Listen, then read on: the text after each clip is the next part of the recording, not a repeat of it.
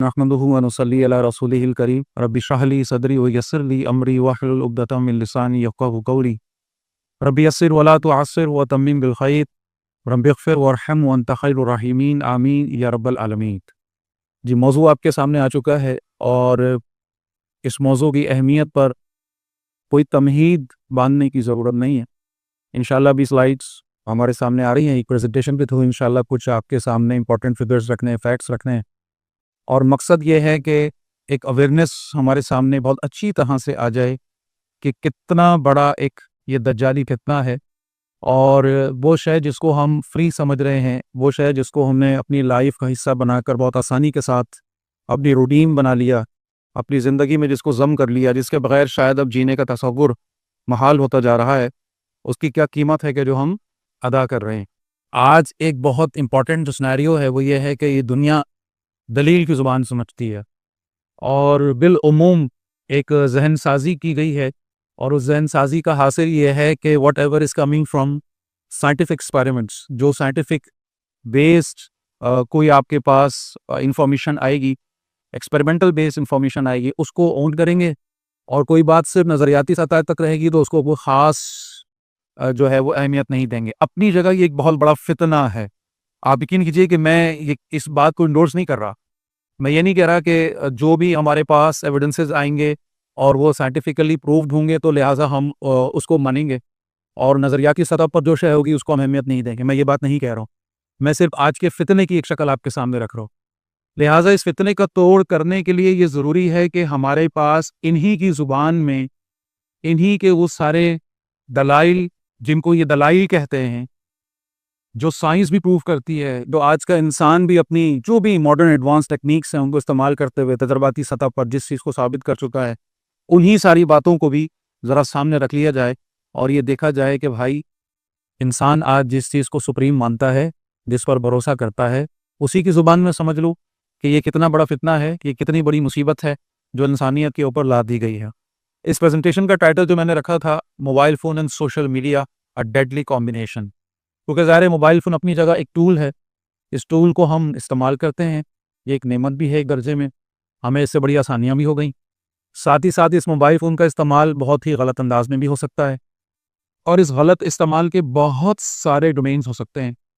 उसमें से एक अहम तरीन मामला वो ये है कि इस मोबाइल फ़ोन का कॉम्बिनेशन जब इस सोशल मीडिया से बना, अब ये हमारे लिए एक अफरीत बन चुका। अब ये वो मुसीबत है जो हमारे सर के ऊपर लादी जा चुकी है। ये वो दज्जाल है कि जो हमसे ना उगला जा रहा है ना ही निकला जा रहा है। इस पर कुछ बातें इंशाल्लाह आपके सामने मैंने रखनी है। कुछ बातों को जस्ट फॉर्मल अंदाज में तेज़ी के साथ मैं गो थ्रू करूँगा। ज़ाहिर है वो हमारा स्कोप नहीं है इस क्लास का, लेकिन ज़ाहिर है बात को आगाज़ से शुरू करने के लिए हमारे पास बिल्कुल स्टार्टिंग पॉइंट होना चाहिए। 1973 में ये मार्टिन कूपर जो साहब थे, इन्होंने ये तोहफ़ा दिया था इंसानियत को और वाक़ई ये तोहफ़ा इस सेंस में ज़रूर था कि ये एक बहुत बड़ा तहलका था साइंस की दुनिया में, टेलीकम्युनिकेशन की दुनिया में और मोबाइल फ़ोन, और ये ड्रीम था इंसान का कि रेडियो कम्युनिकेशन हमारे पास हो जाए और बड़ी आसानी के साथ हम चलते फिरते उठते बैठते जहाँ पर चाहें वहाँ पर कम्युनिकेट कर सकें, बात कर सकें। बहरहाल ये एक एवोल्यूशन भी हुई और आगाज़ में जो मोबाइल फ़ोन्स आते थे, ज़ाहिर है वो रेडियो फ्रीक्वेंसी, फिर उसके साथ अगर पुराने साथी कुछ एक दो बैठे हुए सिमंस के बड़े बड़े मोबाइल फ़ोन्स हुआ करते थे और वो स्टेटस सिंबल हुआ करते थे। उसके बाद फिर वहाँ से ये स्मार्टफ़ोन तक का जो सफ़र है ये आहिस्ता आहिस्ता तय हुआ, बड़ी जल्दी तय हुआ, चंद ही सालों में हुआ। दूसरी इजादात के मुकाबले में यहाँ पर हम देखते हैं कि बहुत ज़्यादा इन्वेस्ट किया गया, क्योंकि एक बहुत बड़ी सहूलत इंसान को मिल रही थी तो इंसान ने अर्ज किया कि मेरे पास होनी चाहिए और एक दौड़ के अंदर इंसान लगा है कि किसी तरीके से ये सहूलत मुझे मिले। बहरहाल ये सिलसिला चलते चलते आज हम जानते हैं कि स्मार्टफ़ोन की जो तरक्की है, स्मार्टफ़ोन का जो एवोल्यूशन है, स्मार्टफ़ोन की जो इस वक्त की मौजूदा सूरत हाल है वो क्या है, यानी ये कितने ही इक्विपमेंट्स को खा चुका है, कितनी बड़ी बड़ी कंपनीज़ हैं। अगर बहुत ज़्यादा दूर ना जाए तो सिर्फ एक एग्जाम्पल जहन में, कोडेक, लोग यहाँ बैठे हुए हैं, याद होगा कि ये भी एक बड़ा स्टेटस सिंबल हुआ करता था। किसी घर में अगर कोडेक का ओरिजिनल कैमरा होता था तो कहते थे कि क्या ही बात है, और उस कैमरे को ज़रा तसव्वुर में लाइए कि जिससे हम तस्वीरें खींचा करते थे और उसके बाद वो रील लगती थी, फिर वो उसकी जो है वो प्रिंटिंग और वो सारा प्रोसेस होता था। आजकल के नौजवानों को तो शायद ख्वाब में भी ऐसी चीज़ को समझाओगे तो नहीं समझ में आएगी कि बात क्या हो रही है। बहरहाल फिर हुआ ये कि आज इस वक्त हमारे पास ये मोबाइल फ़ोन नाम की जो चीज़ है, इसने सिर्फ कैमरा ही नहीं बल्कि पता नहीं कितनी चीज़ें हैं। आज आज हमारे घरों के अंदर कोई अलार्म क्लॉक की ज़रूरत नहीं है, आज हमारे घरों के अंदर किसी कैलेंडर की ज़रूरत नहीं है, यानी कितना कुछ है। हमारी नोटबुक्स, हमारी डायरीज़, अभी सब कुछ जो है वो मिलकर जम होकर कन्वर्ट होकर इस मोबाइल फ़ोन के अंदर हमारे पास है। और अभी देखिए आगे आगे ये कहाँ तक जा रहा है। होलोग्राम्स की दुनिया में हम तकरीबन एंटर हो रहे हैं, और once we will enter in the hologram world, आप तसव्वुर नहीं कर सकते कि उसके बाद क्या होगा। यानी अगर मैं सिर्फ आपको एक आइडिया दूं कि मुझे फिर यहाँ आने की ज़रूरत नहीं पड़ेगी आपके सामने बैठकर लेक्चर देने के लिए। मैं अपने घर में सिर्फ 3D कैमरा यहाँ मौजूद होंगे, 3D प्रिंटर्स वो टाइप के वो मौजूद चीज़ें मौजूद होंगी, और उसके बाद मैं अपने घर में बैठ के यही सारी एक्टिंग कर रहा हूँ, इस तरह से बोल रहा हूँ, अज्यूम करते हुए कि मैं आपके सामने हूँ, आप लोग भी मुझे नज़र आ रहे होंगे स्क्रीन पर, लेकिन मैं आपको नज़र आ रहा हूँ एज इट इज़, जैसा कि इस वक्त नज़र आ रहा हूँ, पूरी 3 डायमेंशनल व्यू के साथ। ठीक है। और इससे अगला स्टेप यह है कि आप मुझसे हाथ भी मिला सकेंगे, हालांकि मैं यहाँ पर मौजूद नहीं होऊंगा। और ये मैं आपसे कोई आसमानी बातें नहीं कर रहा, ये तकरीबन तकरीबन हो चुका, और बहुत जल्दी ये जिस तरह ये खिलौने हमारे हाथों में दे दिए गए, ये भी हमारे हाथों में होगा। बहरहाल जी, आगे बढ़ते हैं। ब्लू लाइट का अगर तारुफ नहीं है तो तेज़ी के साथ ले लेते हैं। हमें पता है कि सनलाइट जो है इसमें बहुत सारी डिफरेंट लाइट्स होती हैं, इनकी फ्रिक्वेंसीज अलग होती हैं, और अल्लाह ताला ने बड़े ख़ास निज़ाम के तहत इस सूरज से निकलने वाली सारी वो फ्रिक्वेंसीज जिन जो हमारे लिए नुकसानदेह हैं उनको रोकने का एहतमाम किया है। हम सबके इल्म में है ना ये बात, और हम तक सिर्फ वही पहुंचता है जो हमारे लिए फ़ायदेमंद है। ये अल्लाह की मौजूदगी की एक बहुत बड़ी निशानी। और जो लोग जानते हैं कि ज़मीन के ऊपर किस तरह से वो इलेक्ट्रोमैग्नेटिक जो पूरा शेल्टर बना हुआ है कि जो इन लाइट्स को, इन ख़तरनाक चीज़ों को हम तक पहुंचने से रोक रहा होता है, या उतना आने देता है जितनी हमें ज़रूरत है, और उससे ज़्यादा कोई शय हो जाए जितनी ज़रूरत है तो वो चीज़ हमारे लिए नुकसानदेह होती है। हर चीज़ का एक ऑप्टिमम वैल्यू होती है, उससे ऊपर जाएंगे तो वो चीज़ हमारे लिए नुकसानदेह बन जाती है। ये जो पूरा का पूरा इस वक्त हम आगे पढ़ने जा रहे हैं, इस मोबाइल फ़ोन के पीछे अगर आप देखेंगे, ये स्क्रीन जो हम देख रहे होते हैं मोस्टली, ये जो लाइट है ये ब्लू लाइट है। और ये जो ब्लू लाइट है अमूमन जैसे हम इवन अब जो आपकी एलईडीज़ होती हैं और दूसरी जो भी स्क्रीन्स होती हैं, कंप्यूटर स्क्रीन्स होती हैं, कहीं ना कहीं इसका ये कोई हिस्सा मौजूद है। और इस ब्लू लाइट की सबसे ख़तरनाक बात यह है कि ये बहुत आसानी के साथ पेनिट्रेट करती है हमारे इस कॉर्नियल जो एक सरफेस मौजूद है, जो कि अल्लाह ताला की तरफ से ख़ास हमारे लिए प्रोटेक्टिव लेयर है। जो असल हमारी लेयर है आँख की रेटिना कहलाती है। मैं सारे बहुत ज़्यादा टेक्निकल टर्म्स में नहीं जाऊँगा ज़ाहिर है। और वहाँ पर इमेज मत, यानी आँख जो है इसको एक बॉल की तरह कंसीडर कीजिए। इस बॉल का आगे वाला जो हिस्सा है वो एक प्रोटेक्टिव लेयर है, जहाँ से लाइट्स क्रॉस करती है अंदर जाती है, और पेनिट्रेट करने के बाद अंदर वाली जो लेयर है वो एक स्क्रीन की तरह है, जहाँ पर ये इमेज बनती है।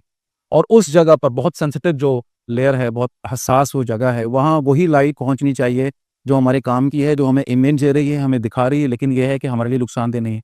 ये ब्लू लाइट उस लेयर को डैमेज करती है और बड़ी आसानी के साथ, तेज़ी के साथ वहाँ पहुँच जाती है। ठीक है? ये सिर्फ अभी इतना तारुफ काफ़ी है, जैसे मैंने अर्ज़ किया कि ज़ाहिर है सब बहुत ज़्यादा टेक्निकल टर्म्स में हम नहीं जाएँगे।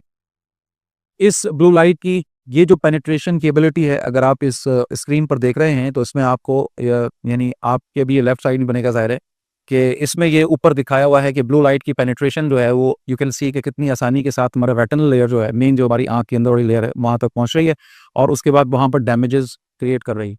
और उसकी वजह से ख़ास तौर पर ब्लड जो विज़न है वो एक कॉमन मसला बन चुका है। ठीक है? आँखों के मसाइल बहुत ज़्यादा तेज़ी के साथ हमारे आ रहे हैं। ज़ाहिर-सी बात है कि एक तो नेचुरल जो रीज़न्स हैं, जिसकी वजह से हमको ग्लासेस पहनने पड़ते हैं, चश्मा पहनना पड़ता है। ज़ाहिर-सी बात है ये एक किसी न किसी दर्जे में क्या है भाई, एक कमज़ोरी है कि जिसको हमें किसी तरह इस तरह से ये मैनेज करना पड़ता है। और अगर आपको याद हो कि हमारे कोई 10 साल, 15 साल, 20 साल पहले जो रेशो हुआ करता था चश्मा पहनने वालों का, वो क्या हुआ करता था? ठीक है? और आज ये रेशो क्या है हम जानते हैं। ये मसला नहीं है, मसला है आज से 10 साल के बाद, जब हम शायद ना हो या हों तो बहरहाल अल्लाह जानता है किस हाल में हो, और हमारे बच्चे जो आज बच्चे हैं कल के नौजवान हैं, वो जब यहाँ बैठे हों और उनमें ये रेशो हो कि किसी ज़माने में जब एक क्लास में या किसी गैदरिंग में कोई एक बच्चा चश्मा पहन के आ जाता था तो उस बेचारे की मुसीबत हो जाती थी, क्योंकि वो 100 में एक होता था, तो एक ऑड वन आउट अजीब सी कैफियत में होता था। अभी कुछ रेशो बराबर बराबर है, लेकिन शायद आज से कुछ सालों के बाद 10 में ज़्यादा कह गया, शायद उससे भी पहले, अब वो एक जो चश्मा नहीं पहने हुए होगा पूरी क्लास के अंदर, वो ऑड वन आउट होगा। वो होगा कि जिसका सब मजाक उड़ा रहे होंगे कि ये भी इंसान है क्या? कैसा इंसान है कि तो चश्मा नहीं पहना हुआ। जैसे मैंने ऐड किया कि इसका मतलब ये नहीं है कि सारे चश्मा पहनने वाले मोबाइल की वजह से पहन रहे हैं ऑब्वियसली, या स्क्रीन्स की वजह से पहन रहे हैं। अरे देयर आर अदर रीजंस, बहुत सारे डेफिशिएंसी और बहुत सारे फैक्टर्स हैं। मेजर फैक्टर इस वक्त खास तौर पर हमारे बच्चे जो पैदाइशी तौर पर बिल्कुल नॉर्मल हैं, और उसके बाद हम देख रहे हैं कि 4 साल, 5 साल, 6 साल, 7 साल की उम्र में उनको चश्मा पहनना पड़ रहा है, और बड़ी तेज़ी के साथ ये मामला हो रहा है। अभी से मैं यहाँ तक हूँ, इसके आगे के जो प्रॉब्लम्स हैं उनको भी आके डिस्कस करते हैं। बहरहाल जी, इस मोबाइल फ़ोन की रेडिएशंस के जो असरात हैं, सबसे पहले जो हमारी आँखों के ऊपर, क्योंकि हम आँखों से इसको ज़्यादा उसके जो कॉन्टैक्ट है वो हो रहा है। तो आई सेल्स जो होते हैं, जिनको मेलानोसाइट्स कहा जाता है, ये बहुत ज़्यादा इस पेनिट्रेशन की वजह से डैमेज हो रहे होते हैं, और उसकी वजह से सिर्फ चश्मा पहनना ये मेन इशू नहीं है, ये भी कोई इतना बड़ा मसला नहीं है, कोई बड़ा मसला नहीं। इशू इसके बाद का है, वो नेचुरल रीज़न्स जिसकी वजह से आई साइट का प्रॉब्लम आता है और हमें ग्लासेस पहनने पड़ते हैं, ये तो बहुत मामूली सी चीज़ है, मसला यहाँ तक रुकता नहीं है। ये ब्लू लाइट जो डैमेज करती है, ये जो स्क्रीन्स जो डैमेज कर रही हैं, इस मोबाइल फ़ोन की वजह से जो डैमेज हो रहा है, ये डैमेज यहाँ तक रुक नहीं रहा, बल्कि ये इससे आगे जा रहा है, और इससे आगे जाकर कैंसर कॉज़ कर रहा है। ठीक है? इसको यूँ समझिए कि ये चश्मा पहन लेना, अब एक शख्स कहे कि ठीक है यार, मोबाइल फ़ोन की वजह से ये मसला हो गया और अब मुझे चश्मा पहनना पड़ रहा है, या मेरे बच्चे को चश्मा पहनना पड़ रहा है। तो भाई ये समझ लीजिए कि ये मोबाइल फ़ोन की वजह से अगर डैमेज हुआ है, तो बात यहाँ तक रुकी नहीं रहेगी। ठीक है? अभी तो शुरुआत है, ये इससे आगे जाएगा मामला, और ये मेलानोसाइट्स जो हैं, जब इनमें ट्यूमरजेनेसिस होगी, और उसके बाद जब आगे जाकर इसके अंदर मैलिग्नेंसी होगी, कैंसर्स होंगे, ना जाने कितने किस्म के, तो अंदाज़ा होगा कि ये जो इस वक्त प्रॉब्लम है, वो कितना सीवियर है, कितना ज़्यादा हम रिस्क ले रहे हैं इस वक्त, थोड़ी सी इंटरटेनमेंट या थोड़ी सी तफरीह के लिए हम इस वक्त कितना ज़्यादा बड़ा रिस्क इस मोबाइल फ़ोन की वजह से ले रहे हैं। तो कुछ फैक्ट्स हैं, बहुत सिंपल से फैक्ट्स हैं, उनको पहले देख लेते हैं। ये वो फैक्ट्स हैं जो एस्टैब्लिश्ड हैं, और ये ज़हन में रखिएगा कि जितना भी मैंने इस पूरी प्रेजेंटेशन के अंदर डाटा जमा किया है, ये सारा का सारा रिसर्च आर्टिकल्स ज़्यादातर मोस्टली उठाया है, यानी इमेजेस हैं ज़रूर जो गूगल बेस्ड हैं, लेकिन जो डाटा है, जो फैक्ट्स हैं, जो फिगर्स हैं, ठीक है, ये सारा का सारा ऐसा नहीं है कि बस ऐसे उठा के ऐसे कर दिया, ये सारा का सारा पब्लिश्ड रिसर्च आर्टिकल्स हैं, और ये सारे आर्टिकल्स किसी रिप्यूटेबल रिसर्च जर्नल में पब्लिश्ड हैं। ठीक है, तो फैक्ट्स की हम बात कर रहे हैं, तो बड़ा मज़ेदार फैक्ट है कि हमारा जो मोबाइल फ़ोन है, इसके पास, किसी के जहन में है अपोलो 11? क्या था भाई वो जी, कब कब गया था चांद पे? 1969। ठीक है, उसके अंदर जितने एल्गोरिथम्स थे मोबाइल फ़ोन, अकेले इस मोबाइल फ़ोन में उससे ज़्यादा एल्गोरिथम्स मौजूद है। चांद पर भेजने के लिए आपको जितनी कंप्यूटिंग पावर्स चाहिए थी, ठीक है, उससे कहीं ज़्यादा कंप्यूटिंग पावर्स हैं इस अकेले हमारे मोबाइल फ़ोन के अंदर, जो इस वक्त हमारे हाथों में मौजूद है। ठीक है, इतना सवेयर पीछे, इसके पीछे आप अंदाज़ा कीजिए कि ये बताने का एक एक बहुत सारे मकासद में एक इम्पॉर्टेंट बात ये भी ज़रा तसव्वुर कीजिए कि उस वक्त उस मुहिम को चांद पर भेजने के लिए जो एफर्ट्स की गई थी, आपके मोबाइल फ़ोन को बनाने के लिए उससे ज़्यादा एफर्ट्स की गई हैं, और इतना सस्ता फ़ोन चले। मोबाइल फ़ोन रेडिएशन जो है, इनकी वजह से इंसोम्निया, हेडेक्स एंड कन्फ्यूजन्स, ये एक कॉमन प्रॉब्लम है कि जो हमारे यहाँ बहुत तेज़ी के साथ, अच्छा हमारे यहाँ से मुराद ऑब्वियसली हम तो अपनी बात कर रहे हैं, लेकिन ये पूरी दुनिया का मसला है, पूरी दुनिया का ग्लोबल इशू है। हर जगह आपको देखेंगे कि ये प्रॉब्लम्स आपके सामने आएंगे। मैं इसके कुछ और डाटा भी इंशाल्लाह आगे स्लाइड्स आ रही हैं उनके अंदर आपके सामने रखूंगा इंशाल्लाह। इसी तरह एक बाकायदा एक कंडीशन, एक पैथोलॉजिकल कंडीशन इस्टेब्लिश हो चुकी है, आप उसको ढूंढ सकते हैं बहुत आसानी के साथ अपने जो भी सर्च इंजन हैं उनके अंदर। जैसे आप किसी बीमारी को जब ढूंढते हैं, आप लिखेंगे टाइफाइड, तो उस बीमारी के बारे में डिटेल्स आ जाएगी। आप डिप्रेशन लिखेंगे तो ये एक एस्टैब्लिश्ड डिजीज़ है, एक प्रॉब्लम, एक डिसऑर्डर है, जिसकी आपके सामने डिटेल्स आ जाएंगी। इसी तरह अब बाकायदा एक पैथोलॉजिकल, एक मेडिकल कंडीशन डिक्लेयर की जा चुकी है। आप कहेंगे इसमें इतना जमा जमा के मैं कह रहा हूँ, इसकी क्या वजह है? अब आप जब सब सुनेंगे कि ये है क्या, लिखा हुआ भी है स्क्रीन पर सामने, इसको नाम दिया गया है नोमोफोबिया। नो फोबिया, नो तो नो ही है, मोबाइल से है, no mobile phobia is a fear of without is a fear of being without your phone, is a fear of losing your phone. इस वक्त अगर आप अपने बिस्तर से उठने के बाद चंद कदम चलते ही फौरन पलटते हैं और बेड से अपना मोबाइल उठाते हैं, इस वक्त अगर आपको अपने दिल पर बड़ा पत्थर रखना पड़ता है वॉशरूम में जाने के लिए बगैर आपके फ़ोन के, इस वक्त अगर आप अपने घर से बाहर निकलें और आपको एहसास हो कि आप मोबाइल उठाना भूल गए हैं, तो आप किसी भी सूरत वापस पलटकर घर में दौड़कर भागकर अपना मोबाइल फ़ोन उठाने का रिस्क ले सकते हैं, चाहे कहीं से भी भूल के वापस आना पड़े।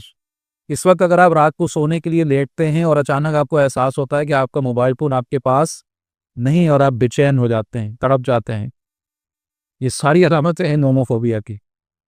आप अपने मोबाइल फ़ोन को अपने से ज़्यादा दूर नहीं रखना चाहते।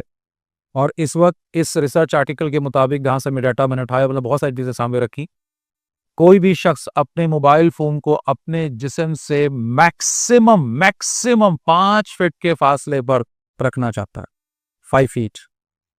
ठीक है, यानी 5 फीट की रेंज में अगर मोबाइल फ़ोन है तो मेरा दिल की धड़कन सही चल रही होती है। अगर ये रेंज बढ़ा दें आप और आपको एहसास हो गया आप जिस कमरे में हैं उस कमरे में आपका मोबाइल नहीं है, दूसरे कमरे में, तो परेशानी शुरू हो जाती है।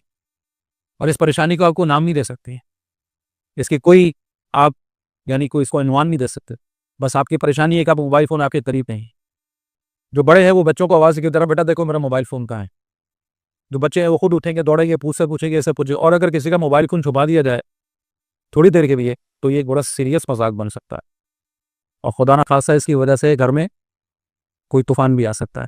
ठीक है, ये सारी अलामतें जनाब अली कि एक शख्स इस साइकोलॉजिकल डिसऑर्डर का शिकार हो चुका कि वो अपने मोबाइल फ़ोन से ज़्यादा देर तक दूर रहना अफोर्ड नहीं कर सकता। ठीक है जी, ये बट मैंने आपको बता भी दिया।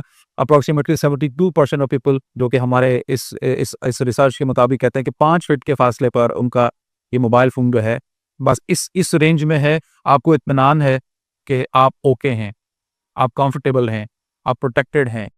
लेकिन जैसे ये रेंज बढ़ती है आपको डिस्कम्फर्ट होना शुरू हो जाता है। ज़ाहिर है मैं आप कर रहा हूँ तो ज़हन में रखिएगा कि हम एक ओवरऑल सोशल जो हमारा मसला है उसको डिस्कस कर रहे हैं। आपसे मुराद मेरी ये साथी नहीं है जो सब मेरे सामने बैठे हैं। बहरहाल हम सबको अपने अंदर झांकना है और देखना है कि क्या वाकई ये सारी चीज़ें हमारे साथ हो रही हैं कि नहीं कोई। ठीक है जनाब, ये नोमोफोबिया इब्तदा है, आगाज़ है, और इट कैन बी कन्वर्टेड और ट्रांसफॉर्म इनटू डिप्रेशन और एनी ऑब्सेसिव कंपल्सिव डिसऑर्डर्स। ये सारे नफसियाती इशूज़ हैं, साइकोलॉजिकल इशूज़ हैं जो कि हमारे यहाँ डेवलप होते जा रहे हैं। और बाकायदा इस आर्टिकल के मुताबिक, इस रिसर्च के मुताबिक ट्रॉमेटिक स्ट्रेस जो है वो इसको आगे जाकर इसकी तरफ ही लीड कर सकते हैं। यानी बाकायदा पैथोलॉजिकल फाइंडिंग्स किसी शख्स में मिल सकती हैं, डैमेजेस हो सकते हैं। जब हम किसी सोच को, किसी एहसास को अपने ऊपर बहुत ज़्यादा तारी करते हैं तो ये एहसास, ये सोच सिर्फ नफसियाती लेवल तक नहीं रहता, बल्कि ये पहले, अभी हम आगे एक और अंदाज में समझेंगे कि ये हमारे दिमाग में बाकायदा जाकर कुछ केमिकल कॉम्बिनेशंस को, कंपोजिशंस को डिस्टर्ब करता है। और फिर उससे अगले स्टेप ये होता है कि डैमेजेस होते हैं बाकायदा। जैसे अगर आप किसी दीवार में कोई हथौड़ा मारकर तोड़ देते हैं और वो डैमेज आपको नजर आता है। ठीक है, इसी तरह हमारे ब्रेन में, हमारे दिमाग में ये डैमेजेस बाकायदा आप जो भी मेडिकल टेक्निक्स हैं उनके जरिए देख सकते हैं। बाकायदा वो सेल्स जो हमारे ब्रेन को बनाते हैं जिन्हें हम न्यूरॉन्स कहते हैं, उनके अंदर टूट-फूट, डैमेजेस, ये सब चीज़ें अब रिपोर्ट हो रही हैं इस वजह से, जो कि बहरहाल यूँ कह लीजिए कि स्टेज बाय स्टेज बात आगे बढ़ती है। एक और फैक्ट है बड़ा सिंपल सा, इस रिसर्च के मुताबिक, अच्छा, और ये रिसर्च भी जो मैं उठा रहा हूँ ये थोड़ा 1, 2 तो 3 साल पुरानी है, एक आध लेटेस्ट वीडियो मिली, लेकिन ज़्यादातर ये पिछले को 3-4 साल के अंदर रेंज में है। तो ये कहते हैं जनाब अली कि हमने जब ये पूरा रिसर्च सर्वे किया है तो इनकी फाइंडिंग्स के मुताबिक एवरेज पर्सन, एवरेज से बात हो रही है, उसकी बात नहीं हो रही जो बहुत ज़्यादा यूज़ करता है। ठीक है, एक्सट्रीम यूज़र्स भी हैं ना हमारे दरमियान, एवरेज स्मार्टफोन यूज़र्स की बात हो रही है, रोज़ाना 110 दफ़ा अपना मोबाइल फ़ोन अनलॉक करते हैं। और इस 110 में से शायद 10 दफ़ा वाक़तन ज़रूरत होती है अनलॉक करने की। कुछ हमारे बुज़ुर्ग यहाँ बैठे हैं माशाल्लाह, अल्लाह ताला ने उन पर करम किया हुआ, बड़े अच्छे वक़्त में ज़िंदगी गुज़ार रहे हैं। अल्लाह ताला ने बहुत सारी चीज़ों से महफूज़ किया हुआ है, लेकिन अब बुज़ुर्गों ने भी नौजवानों के पीछे छोड़ दिया। अब ये डिस्टिंक्शन ख़त्म हो गया। अब तो आप भूल जाइए ये कहकर कि वो बुज़ुर्ग हैं तो वो बचे हुए हैं, बिल्कुल ऐसा नहीं है। इस फ़ितने ने बच्चों से लेकर 90 साल तक के बुज़ुर्गों को खा लिया। और 60, 65, 70, 75 साल के बुज़ुर्ग हमें नज़र आते हैं जो मोबाइल स्क्रीन के सामने बिल्कुल बुद्ध बनकर ऐसे बैठे होते हैं और बाहर हम, अल्लाह महफूज़ रखे। तो बाद में ऐड कर रहा था कि ये एक नॉर्मल सिनेरियो है, 110 दफ़ा एक एवरेज पर्सन। अच्छा, आप बैठे हुए हैं बगैर किसी वजह के, हाथ जेब में जाता है, फिर वो निकलता है, इंसान फिर देखता है उस स्क्रीन को, बाज़ दफ़ा अनलॉक नहीं भी करता, सिर्फ उस स्क्रीन को देखने की वजह से उसको सुकून मिलता है और फिर वो उसको वापस जेब में रख लेता है। घर में बैठे हैं, 2-4 मिनट गुजरे हैं फरागत के, अचानक पहला ख्याल किसका आता है? एक मुसलमान को फारिग होते ही पहला ख्याल किसका आना चाहिए था? अल्लाह का। लेकिन अब हम जैसे ही फारिग होते हैं हमें पहला ख्याल किसका आता है? मोबाइल फ़ोन का। और हमारी परेशानी ये होती है कि कोई मैसेज तो नहीं आया, कोई कोई क्या-क्या होता है भाई, फ़ीड्स होती हैं, लाइक्स होते हैं, और एक पोस्ट कर दी है फ़ेसबुक पे तो बात ख़त्म तो नहीं हो गई। फ़ेसबुक पर पोस्ट कर देने के बाद, अब ये नौजवान ख़ास तौर पे इन बातों को जानते हैं जो मैं कर रहा हूँ। अब मसला क्या है कि पोस्ट किए हुए 1 घंटा हो गया तो अब उसका रिस्पॉन्स क्या है? उस पर लाइक्स, व्यूज़ कितने आ चुके हैं? तो जो लोग बाकायदा पोस्ट कर रहे हैं, जो कि एक्टिवली पार्टिसिपेट कर रहे हैं इस दुनिया में बाकायदा। इन एक दो वो लोग हैं ना भाई जो सिर्फ देख रहे होते हैं, वो अपनी जगह एक बड़ा मसला है। मैं तो बात कर रहा हूँ उनकी जो अब बाकायदा उस पर पार्टिसिपेट कर रहे हैं, उसको फीड भी कर रहे हैं, इस दज्जाल को खिला भी रहे हैं ना खाना इसका। तो जब वो इस मोबाइल फ़ोन के साथ उनकी जो अटैचमेंट होती है वो फिर इस लेवल पे भी होती है। बहरहाल ये कि बाज़ दफ़ा ये होता है कि 10 मिनट गुजर गए और मोबाइल की टूं-टूं नहीं हुई तो भी मसला है। आदमी बड़ा अकेला सा फ़ील करता है, बड़ा डिसओन सा फ़ील करता है, बाज़ दफ़ा तो वो रिजेक्टेड सा फ़ील करता है। उसे अपने ऊपर गुस्सा आता है कि मेरी ये बात हो गई, 10 मिनट हो गए, ना कोई मैसेज आया, ना मोबाइल से कोई आवाज़ आई, यार ये क्या बात है? ऐसा कैसे हो सकता है? फिर वो कन्फर्म करता है इस बात को, मोबाइल उठाता है, स्क्रीन अनलॉक करता है और देखता है कुछ भी नहीं है। ओह! ये क्या बात है? और उसके बाद वो उसको बड़ी बददिली के साथ रखता है, लेकिन जैसे ही रखते ही फ़ौरन टू-टू होती है तो उसको लगता है कि शायद उसको दुनिया की सबसे बड़ी नेमत मिल गई। वो खुशी से सरशार होकर तेज़ी के साथ मोबाइल उठाता है, जल्दी से अनलॉक करता देता है। हाँ, अब वो मैसेज कुछ भी है, वो उसका मसला नहीं है, वो उसके काम का है या नहीं है, वो फ़ेसबुक पे आने वाले पता नहीं 10,000 किस्म की चीज़ें हैं, वो ट्विटर्स के ऊपर और आपके इंस्टाग्राम के ऊपर और न जाने किस-किस ऐप पर, व्हाट्सएप पर तो खैर बात ही छोड़ दीजिए। मोबाइल जब उठाइए हरे कलर का हुआ होता है, ठीक है? तो व्हाट्सएप ने कम से कम हमारी दुनिया तो हरी कर दी, हरा ही हरा सूझ रहा होता है अब हमें, चारों तरफ से, ठीक है? चलिए जी आगे बढ़ते हैं। एक बड़ा मज़ेदार फैक्ट है और शायद इस फैक्ट का असर हज़रात से ज़्यादा ख़वातीन पर हो, ठीक है? इस पे मैंने कहा इसको ज़रूर इंक्लूड करें भाई। तो ये एक एस्टैब्लिश्ड आर्टिकल, पब्लिश्ड आर्टिकल है जिसमें ये बात आई कि आपके मोबाइल फ़ोन के ऊपर आपके जो टॉयलेट हैंडल्स हैं, उनके मुकाबले में 18 टाइम्स मोर बैक्टीरिया, सादा लफ्ज़ों में जरासीम मौजूद होते हैं, ठीक है? और बड़ा सिंपल सा रीज़न है इसका, बड़ा सिंपल सा रीज़न है इसका। आप देखें, आपके घर में वो कौन-सी चीज़ है जो पिछले कई महीनों से धुली नहीं? ख़वातीन से मैं ये सवाल करूँ कि आपके घर में वो कौन-सी चीज़ है जो पिछले कई महीनों से आपने नहीं धोई है? तो वो माइंड कर जाएँगी, बोलेंगी ये कैसे हो सकता है? मैं कोई इतनी बुरी औरत हूँ कि मेरे घर में कोई चीज़ ऐसी भी है कि कई महीनों से वो साफ़ नहीं हुई, धुली नहीं, ये कैसे मुमकिन है? किसी औरत के लिए शायद ये कोई मतलब साउंड्स लाइक अ गाली, यार ये क्या बात आप कर रहे हैं? लेकिन जनाब अली बिल्कुल ऐसा ही है। वो चीज़ जो सुबह-शाम आपके साथ रहती है, आपके हाथ में रहती है, आपके पर्स में रहती है या हमारे हज़रात की हम बात करें हमारी जेबों में रहती है, हमारे बिस्तर पे हमारे साथ होती है, हमारे सोफ़े पर जब हम बैठते हैं हमारे साथ होती है, सुबह, दोपहर, शाम जिसका हमारा साथ है, वो कई महीनों से तो क्या किसके जिसके पास जब से है, जब से वो धुली नहीं है और वो धुल सकती भी नहीं है, ठीक है? तो अभी वो कुछ एडवांस कंट्रीज़ में ऐसे इन्होंने लाइट्स वग़ैरह बनानी शुरू की हैं जिसके अंदर रोज़ाना मोबाइल फ़ोन को 2 मिनट के लिए रखते हैं ताकि वो डिसइन्फेक्ट हो जाए और वो सारा चीज़। तो हम ही तो वहाँ पता नहीं कब पहुँचेंगे हमें नहीं पता, लेकिन अभी की फ़िलहाल सूरत-ए-हाल ये है कि ये फैक्ट हमारे पास है। ख़ास तौर पर मोबाइल फ़ोन में जो ग्रूव्स होते हैं, वो साउंड का, स्पीकर का, वो माइक का, न जाने किस-किस चीज़ का वो लगा हुआ होता है और उसके अंदर जो जमा हुआ होता है, अगर आप सिर्फ़ वहाँ से एक छोटा-सा कॉटन से सैंपल लें और उसको अपने माइक्रोस्कोप पर रख के देखें तो आपको मज़ा आ जाएगा। और उसी को हम अपने मुँह से, कान से दिन में पता नहीं कितनी दफ़ा और अपने हाथ में लेके चल रहे होते हैं, घूम रहे होते हैं। ये बहरहाल हमारी इस वक़्त सूरत-ए-हाल है भाई और हमें इसकी कोई फ़िक्र, कोई एहसास भी नहीं है ना हमें। इस बात का कोई हमें रिग्रेट भी नहीं है कि जी ये बड़ा मसला हो रहा है हमारे साथ, क्योंकि वो इस हद तक बस चुका है, रच चुका है हमारे दिलो-दिमाग के अंदर कि हम इस बात को सोचने को भी तैयार नहीं है कि इस एस्पेक्ट में भी मोबाइल फ़ोन हमारे लिए नुकसानदेह हो सकता है। अच्छा जी, ये अब आ जाइए, मैंने कुछ फैक्ट्स आपके सामने रखे हैं। अब यानी यहाँ से हम कुछ हेडिंग्स के थ्रू, कुछ सेक्शंस को मैं आपके सामने रख रहा हूँ इंशाल्लाह।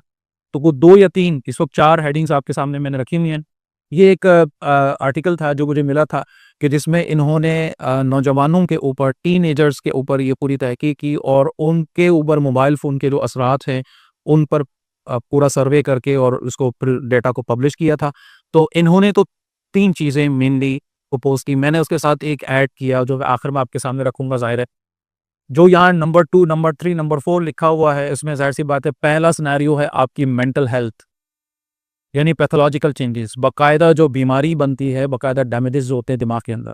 दूसरा वो एडिक्शन है, ये नफ्सियाती सतह पर साइकोलॉजिकल जो इश्यूज़ हैं।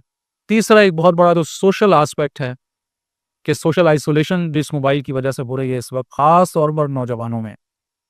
और ज़ाहिर है मैं आखिर में आपके सामने एक बात रखूँगा, ये नंबर 1 जिसको मैंने यहाँ पर नंबर 1 किया, जिसको अभी मैं शो नहीं कर रहा, ये क्या है इसको लास्ट में देखेंगे, ठीक है? कि नंबर 1 इसमें इश्यू क्या है, ये इश्यू फ़िलहाल हम थोड़ा-सा इसको स्किप कर रहे हैं, आखिर में जाते हैं। ये जो 3 चीज़ें आपके सामने रखी हैं, इन 3 चीज़ों को पहले डिस्कस कर लेते हैं, यानी मेंटली क्या-क्या डिस्टर्बेंस हो रही हैं, ठीक है? इसी तरह साइकोलॉजिकल डिस्टर्बेंसेस क्या हैं और सोशल इश्यूज़ क्या आ रहे हैं इस मोबाइल फ़ोन एडिक्शन की वजह से। तो first of all health concerns क्या-क्या हैं, मेंटल डिस्टर्बेंसेस क्या-क्या हैं, उनकी अगर बात करें, तो ये कॉमन प्रॉब्लम्स हैं जो रिपोर्ट हो रहे हैं मोबाइल फ़ोन के एक्सेस यूज़ की वजह से। फटीग यानी थकन, आप नोट कीजिए, अगर खुदा न खास्ता आप में से, हम में से कोई है और या हमारे घर में कोई है और मोबाइल फ़ोन का बहुत ज़्यादा इस्तेमाल कर रहा है, तो एक मेडिकल कंडीशन होती है क्रोनिक फटीग सिंड्रोम, ठीक है?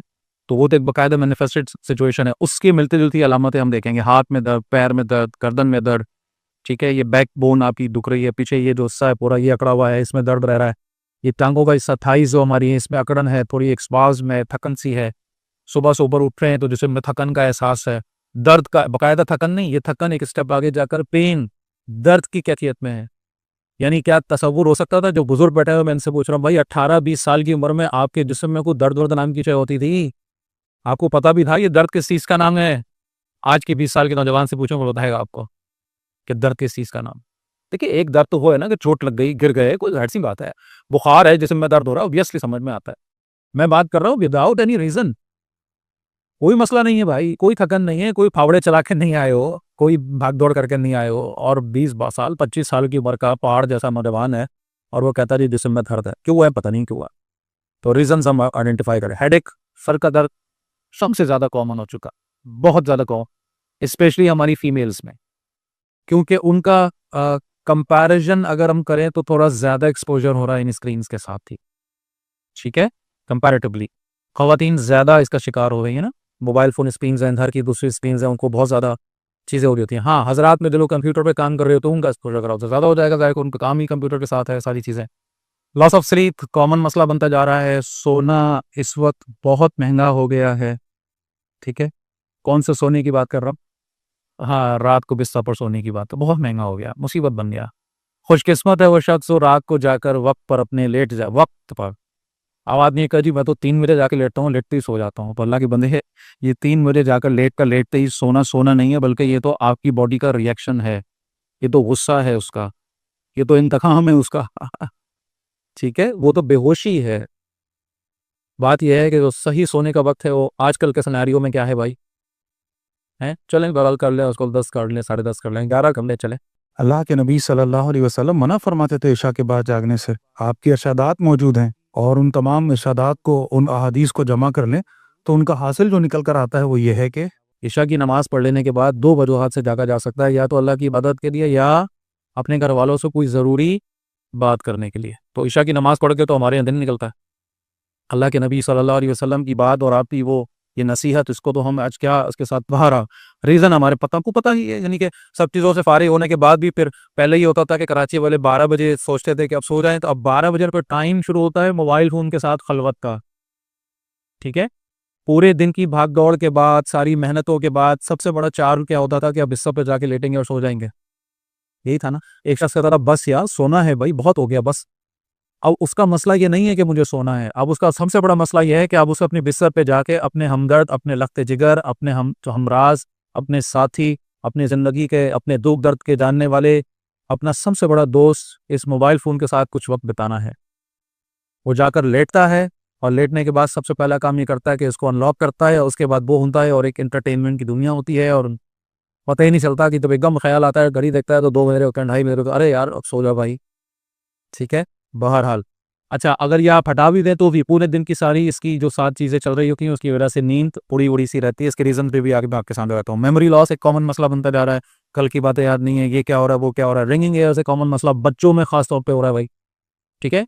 यानी आप को अगर आप में से किसी को कोई है माशाल्लाह, अगर यहाँ मुजाहिद बैठा हुआ है, मोबाइल फ़ोन का बहुत ज़्यादा ही कोई दीवाना दोस्त बैठा हुआ है, तो वो ये इस बात को एंडोर्स करेगा कि बैठे हुए हैं और बैठे-बैठे कान में रिंग ऐसे वाइब्रेशन हो रही है, ठीक है? इसको टाइनाइटस कहते हैं मेडिकल टर्म में। और ये रिंगिंग या ये एक आवाज़ ही सुनाई देती है, अरे वो एक इम्पैक्ट है, ये बाकायदा मैनिफेस्टेड भी हो सकता है, यानी वो जो हमारी एयरड्रम होता है अंदर, जो बड़ी सेंसिटिव वेयर होती है, वो अडॉप्ट कर लेती है बाज़ तक और उसमें बाकायदा वाइब्रेशन होती है। ऐसा नहीं है कि ये सिर्फ ख़यालाती है, बाकायदा वहाँ एक कैफ़ियत होती है जिसको कि वो पेशेंट जो है, जो भी इस बेचारे के साथ ये मसला वो सुन रहा होता है। और इसी से मिलती-जुलती ये कैफ़ियत है कि जिसमें ये रिंगिंग हमारी बॉडी के अंदर हम बाज़ औक़ात फ़ील कर रहे होते हैं। चलते-फिरते क्या होता है कि वो जिस जगह जेब होती है हमारी पैंट वगैरह की, तो उस जगह पर हल्की सी तेज़ी के साथ वाइब्रेशन फ़ील होती है। आदमी हैरान होता है, बिल्कुल ऐसा लगता है कि मोबाइल फ़ोन था, रिंग किया, उसने वाइब्रेट किया, हालाँकि नहीं, कुछ भी नहीं। तो ये कॉमन होते जा रहे हैं प्रॉब्लम्स जो हमारे केमिकल कॉम्पोजिशन हमारी बॉडी की है वो डिस्टर्ब हो रही है, पूरा हमारा सेंसिटाइजेशन का जो सिस्टम है अल्लाह ताला ने बनाया है वो डिस्टर्ब हो रहा है ओवर यूजेज की वजह से, मोबाइल फ़ोन की वजह से। जॉइंट पेन बड़ा कॉमन होता चला जा रहा है और उसके पीछे भी एक बहुत बड़ा रीज़न इन्हीं स्क्रीन के साथ लिंक्ड है। ठीक है, ये एक आर्टिकल है और एक इंडियन कुछ लोग हैं, उन्होंने इसको एक सर्वे किया था पूरा इस पूरे खत्ते के अंदर, उन्होंने इस आर्टिकल को पब्लिश किया था। ये पब्लिश आर्टिकल है एक अच्छे रिप्यूटेबल रिसर्च जर्नल के अंदर। तो इसी को मैं ज़्यादा देख रहा था, इसमें से बहुत सारे फैक्ट्स मैंने या फिगर्स उठाए हैं और इसके साथ और दूसरे रिव्यू आर्टिकल्स भी थे, उसमें से भी मैंने ये सारी चीज़ें उठाई हैं। बहुत सारी चीज़ों में से ये 6 हार्मफुल इफेक्ट जो मेंटल डिसऑर्डर्स के अंदर बाकायदा जो अपना रोल प्ले कर रहे हैं कह लीजिए। डिस्टर्ब ब्रेन एक्टिविटी ये बहुत ही वास्ट वर्ड है, इसमें बहुत सारी चीज़ें आती हैं। मेंटल स्किल्स खास तौर पे, अगर कोई एक ज़माने में वो जो अलामतें कुंद ज़हन होने की होती थी, हम कहते थे इस बच्चे में थोड़ा सा कुंद ज़हन है, अभी इसका आजकल के टर्म लीजिए आईक्यू लेवल थोड़ा सा कम है वाला। तो ये मोबाइल फ़ोन एक ख़ास सिनेरियो में आईक्यू बहुत तेज़ कर रहा है। ठीक है, एक एक डोमेन ऐसा है कि वहाँ पर आप इस बच्चे को देखेंगे वो फर आपकी बात का जवाब भी दे रहा होगा और न जाने क्या कुछ आपको बता रहा होगा कि आप हैरान हो जाएंगे कि यार ये बात इसको कैसे पता है। लेकिन जब प्रैक्टिकल प्रॉब्लम्स की बात करेंगे, ख़ास तौर पर पढ़ाई की बात करेंगे, ठीक है, आप उससे फिजिक्स का मैथ्स का कोई क्वेश्चन करें तो उसकी जान निकल जाएगी। लेकिन अगर आप उससे ये पूछे कि एलोन मस्क ने लास्ट ईयर कौन सी गाड़ी खरीदी तो वो यूं करके बताएगा, ऐसे बताएगा। तो यानी ये पूरा वो हो रही है, एक डिस्टिंक्शन डेवलप हो रही है बकायदा कि मेंटल एबिलिटीज़ एक ख़ास फील्ड में आगे जा रही हैं और बाकी तमाम पूरी दुनिया की चीज़ों से जो उसकी प्रैक्टिकल लाइफ में इंपॉर्टेंट थी उनको। फिर इसी तरह डिस्ट्रैक्शंस हैं स्टडीज़ से, ये जाहिर बात है कि उसी का एक सिनेरियो बनता है। फिर अर्ली एक्सपोजर इनएप्रोप्रिएट कंटेंट, हम ध्यान में रखिएगा कि ये एक इंडियन या बहरहाल नॉन मुस्लिम लेवल पे इनएप्रोप्रिएट कंटेंट की बात हो रही है। ये उनका इनएप्रोप्रिएट है जिससे वो परेशान है। अगर हम अपना इनएप्रोप्रिएट लगाएंगे तो बात कहाँ पहुंचेगी, क्योंकि कितना ही कुछ है जिसको हमारे हिसाब से इनएप्रोप्रिएट है लेकिन उनके हिसाब से तो वो कुछ भी नहीं है, वो मसला नहीं है। फिर आ जाइए ओबेसिटी के प्रॉब्लम्स, और बड़ी साइलेंट ओबेसिटी के प्रॉब्लम्स बढ़ते जा रहे हैं। अगर आप इस फील्ड के साइंटिस्ट से बात करेंगे तो वो आजकल बड़ा हैरान है। कुछ सालों पहले तक ओबेसिटी, जिसको सादर लफ्ज़ों में मोटापा कहते हैं, उसकी अलामत क्या होती थी? मोटा होना। उसके कुछ सिनेरियो से कि आपकी एज ये है, आपकी हाइट ये है, अगर आपका वजन इससे ज़्यादा है तो उसका मतलब आप ओबीज हैं। ये एक सीधा-सीधा सा मामला था। अब सिनेरियो बड़ा अजीब हो गया। आपकी एज और आपकी हाइट के हिसाब से आपका वजन भी ठीक है, बल्कि अब समटाइम्स अंडरवेट है। लेकिन वो सारे मसले जो ओबीज लोगों में होते हैं, जो मोटापे की वजह से आते हैं, जिसको मेडिकल टर्म में ओबेसिटी के इश्यूज कहते हैं, वो उस बच्चे में, उस नौजवान में मिलेंगे आपको। क्या ये बातें कॉमन नहीं हो रही कि 22 साल का, 23 साल का, 32 साल का नौजवान हार्ट अटैक से मर गया? क्या ये बातें सुनने में मुझे कोई बताइए, कोई मसला है कोई आजकल? हर थोड़ी देरों बाद एक न्यूज़ सुनने को मिलती है। तो ये साइलेंट ओबेसिटी बड़ी तेजी के साथ बढ़ रही है। स्लीप डिस्टर्बेंस पे बात आ गई, ट्यूमर्स सामने आ रहे हैं, खास तौर पर नर्वस सिस्टम के अंदर, इस मोबाइल फोन के एक्सेस यूज की वजह से। ट्यूमर्स सबको पता है ना क्या होते हैं, ठीक है? तो वो सम टाइम बिनाइन होते हैं, यानी वो एक जगह पर रहते हैं, लीथल होते हैं, बाज़ दफ़ा नहीं भी होते, समटाइम्स ये मैलिग्नेंट होते हैं, यानी तेज़ी के साथ फैलते हैं, कैंसर बन जाते हैं। तो ये कॉमन मसला होता जा रहा है इस मोबाइल फ़ोन की वजह से। कुछ इसी के साथ इंक्लूड हम कर रहे हैं कि जो रेडिएशंस हैं इस मोबाइल फ़ोन से जो लिंक्ड हैं वो हमें किस तरह से नुकसान दे रही हैं, उस पर बात कर लेते हैं। तो इलेक्ट्रोमैग्नेटिक एनर्जी जो है, हम जानते हैं कि ये रेडियो टावर्स जो हमारे चारों तरफ मौजूद हैं, ज़ाहिर है ये आपको सिग्नल्स पहुँचाने के लिए, हमारी खिदमत के लिए, इन सर्विसेज जो हम जिनकी ले रहे होते हैं मोबाइल फ़ोन की, इन्होंने लगाए हुए हैं, घरों की छतों पे भी लगे हुए हैं और बहरहाल इनके जो डैमेजिंग इफ़ेक्ट हैं वो बड़े कॉमन हैं, ठीक है? क्योंकि ज़ाहिर-सी बात है, इनसे जो रेज़ निकलती हैं वो हमारे पूरे सोसाइटी में चारों तरफ, और इनके साथ लिंक हुई भी चीज़ क्या है, वो मोबाइल फ़ोन है जो हमारे जेब में मौजूद है। जिस वक़्त हम रात को सो रहे होते हैं ख़ास तौर पर, और ये मोबाइल फ़ोन अपडेट्स ले रहा होता है इस टावर से, दरमियान में कौन आ रहे होते हैं? हम आ रहे होते हैं। तो ये जो रेज़ हैं, जो इस मोबाइल फ़ोन और उस टावर के दरमियान लिंक हुई नहीं है, दरमियान में वो हमारे अंदर से गुज़र कर हमें डैमेज करते हुए जा रही होती हैं। जिस वक़्त हम बात कर रहे होते हैं तो ये रेज़ हमारे दिमाग के अंदर घुस रही होती हैं। जिस वक़्त हम ट्रैवल कर रहे होते हैं ख़ास तौर पे, और उस वक़्त हम बात कर रहे होते हैं और टावर से टावर में बदल रहा होता है और हम ड्राइव करते हैं, बहरहाल हम सब इसमें मसला आज हमारा सबका है कि ज़िंदगियों में चीज़ें आ गई। उस वक़्त ये मोबाइल फ़ोन बहुत ज़्यादा फ्रीक्वेंसी निकाल रहा होता है और उस वक़्त ये डैमेजिंग जो इसकी ख़तरनाक जो वो है एबिलिटी कहीं ज़्यादा और बढ़ जाती है, ठीक है? तो ये सारी चीज़ें कॉमन हुई भी हमारे। अच्छा, ब्रेन में हमारे ज़हन में रखिएगा, अल्लाह ताला ने एक बड़ा ख़ास निज़ाम बनाया है। आप लोग बोर तो नहीं हो रहे? ये सवाल मैंने खामख़ा नहीं किया। आप में से कुछ होंगे जो इस वक़्त बोर हो रहे होंगे, कुछ होंगे जो एक्साइटेड होंगे, कुछ नॉर्मल कैफ़ियत में होंगे। क्या ख़्याल है, ये जो ज़हनी कैफ़ियत है इस वक़्त हम में से कुछ की कुछ, कुछ की कुछ, ये बस ऐसे ही है सोच के साथ महज़? जी नहीं, इसका ताल्लुक हमारे दिमाग के अंदर कुछ केमिकल्स के रिलीज होने से है जिनको न्यूरोट्रांसमीटर्स कहते हैं। हमारे ब्रेन में अल्लाह ताला ने ये जो कम्युनिकेशन है, जो हमारे ब्रेन के सेल्स हमारे खलियात एक दूसरे के साथ करते हैं, इस कम्युनिकेशन का जो रूट बनाया है, जो तरीका बनाया है, वो ये है कि कुछ केमिकल्स हैं जो रिलीज होते हैं और ये केमिकल एक सेल से रिलीज होने के बाद दूसरे सेल की सरफेस पे जाके अटैच होते हैं और वहां से एक मैसेज आगे फॉरवर्ड होता है, उसको नर्व इम्पल्स कहते हैं। ये न्यूरॉन टू न्यूरॉन कम्युनिकेशन, ये दरमियान में है न्यूरोट्रांसमीटर, ठीक है।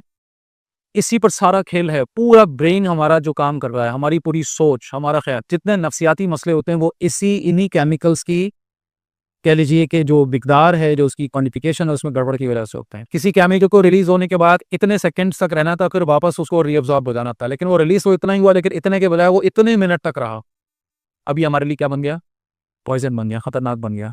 ये बात सब किस्म में आ रही है, अल्हम्दुलिल्लाह। तो ये जो इस वक्त हमारी कैफियत होती हैं, समटाइम्स आप यहाँ बैठ कर लेथार्जिक हो रहे होते हैं, थक रहे होते हैं, बोर हो रहे होते हैं, जिससे मैकड़न हो रही होती है, वगैरह वगैरह वगैरह, ये सब खामखा नहीं हो रही होती है, सबका ताल्लुक यहाँ से, ठीक है। और ओवर एक्साइट होना किसी चीज़ के बारे में, इंटरटेन होना किसी, ये लज्जतें जितनी होती हैं इनको महसूस करना, तकलीफ को, ये सारी चीज़ जो कुछ नहीं वो इसी चीज़ के साथ है। अब ये समझने के बाद थोड़ा सा और आगे बढ़ते हैं। ये जो हैंडसेट हमारे पास है, मोबाइल फ़ोन हमारा है, ये रेडिएशन के पॉइंट ऑफ व्यू से दो तरह से हमें डिस्टर्ब कर रहा है। एक कहलाते हैं थर्मल इफेक्ट्स और एक कहलाते हैं non thermal effects. Thermal effects का मतलब है हमारी ये जो वेव्स हैं, इनका वो पार्ट जिसका डायरेक्ट ताल्लुक टेम्परेचर को इंक्रीज करने के हवाले से है, ठीक है। थर्मल इफेक्ट्स कहलाते हैं, गर्म हो जाना, ठंडा हो जाना, ठीक है, ये डायरेक्ट इफेक्ट्स कहलाते हैं। नॉन थर्मल का ताल्लुक गर्म ठंडे वाले चक्कर से नहीं है। ये वो फ्रीक्वेंसीज हैं जो हमें गर्म नहीं करती, लेकिन हमें अंदर जाकर डैमेज करती, नॉन थर्मल इफेक्ट्स। अभी देख लेते हैं। मिसाल के तौर पे थर्मल इफेक्ट्स की अगर मैं आपके सामने वजाहत करना चाहूँ, तो ये तो बात हम सब जानते हैं कि मोबाइल फ़ोन पर जब आप 2-4 मिनट बात करते हैं तो क्या हो जाता है, वो गर्म हो जाता है। बल्कि जब हम कान से लगाए हुए होते हैं तो हमारा कान भी गर्म हो जाता है। क्या ख्याल है, इसमें किसी को एतराज़ तो नहीं? क्या ये कोई नॉर्मल बात है? ज़रा तसव्वुर कीजिए कि मैं अगर आपके कान से गर्म तवा लगा दूँ तो आप मुझे वाकई में या इनाम में मतलब क्या करेंगे, हैं? यानी सोचने की बात है कि एक ऐसी शय जिसको आपने यहाँ लगाया और उसने आपके कान गर्म और अच्छा खासा गर्म हो जाता है, लेकिन हम इस हद तक उसको अडॉप्ट कर चुके हैं, ओन कर चुके हैं, एक्सेप्ट कर चुके हैं कि हम इस बात की कोई परवाह नहीं करते। हमारी बॉडी भी ज़ाहिर सी बात है अल्लाह ताला ने एक ख़ास टेम्परेचर के साथ बनाई है। अगर आप बार-बार अपने बॉडी का किसी हिस्से को गर्म करेंगे, गर्म करेंगे, गर्म करेंगे तो क्या होगा भाई? ठीक है? तो ये थर्मल इफेक्ट्स हमारे इस मोबाइल की वजह से कॉमन इश्यूज़ जो हमारे यहाँ प्रॉब्लम्स आ रही हैं वो डेवलप कर रहे हैं और हमारी बॉडी में डैमेजेस हो रहे हैं, ख़ास तौर पर जो रिलेटेड है हमारे एयर और एयर से जो रूट बनता है हमारे ब्रेन तक। अजीब बात ये है कि ज़्यादा अंदर जो इम्पैक्ट आता है सारे मोबाइल फ़ोन के साथ, जो जो भी कंडीशंस आती हैं, उसका ताल्लुक हमें कहीं न कहीं से घूम फिर के दिमाग तक ही पहुँचता हुआ नज़र आ रहा होता है। आँखें और कान सबसे पहले ज़ाहिर सी बात है इनसे मुतासिर होते हैं और फिर हमारा दिमाग।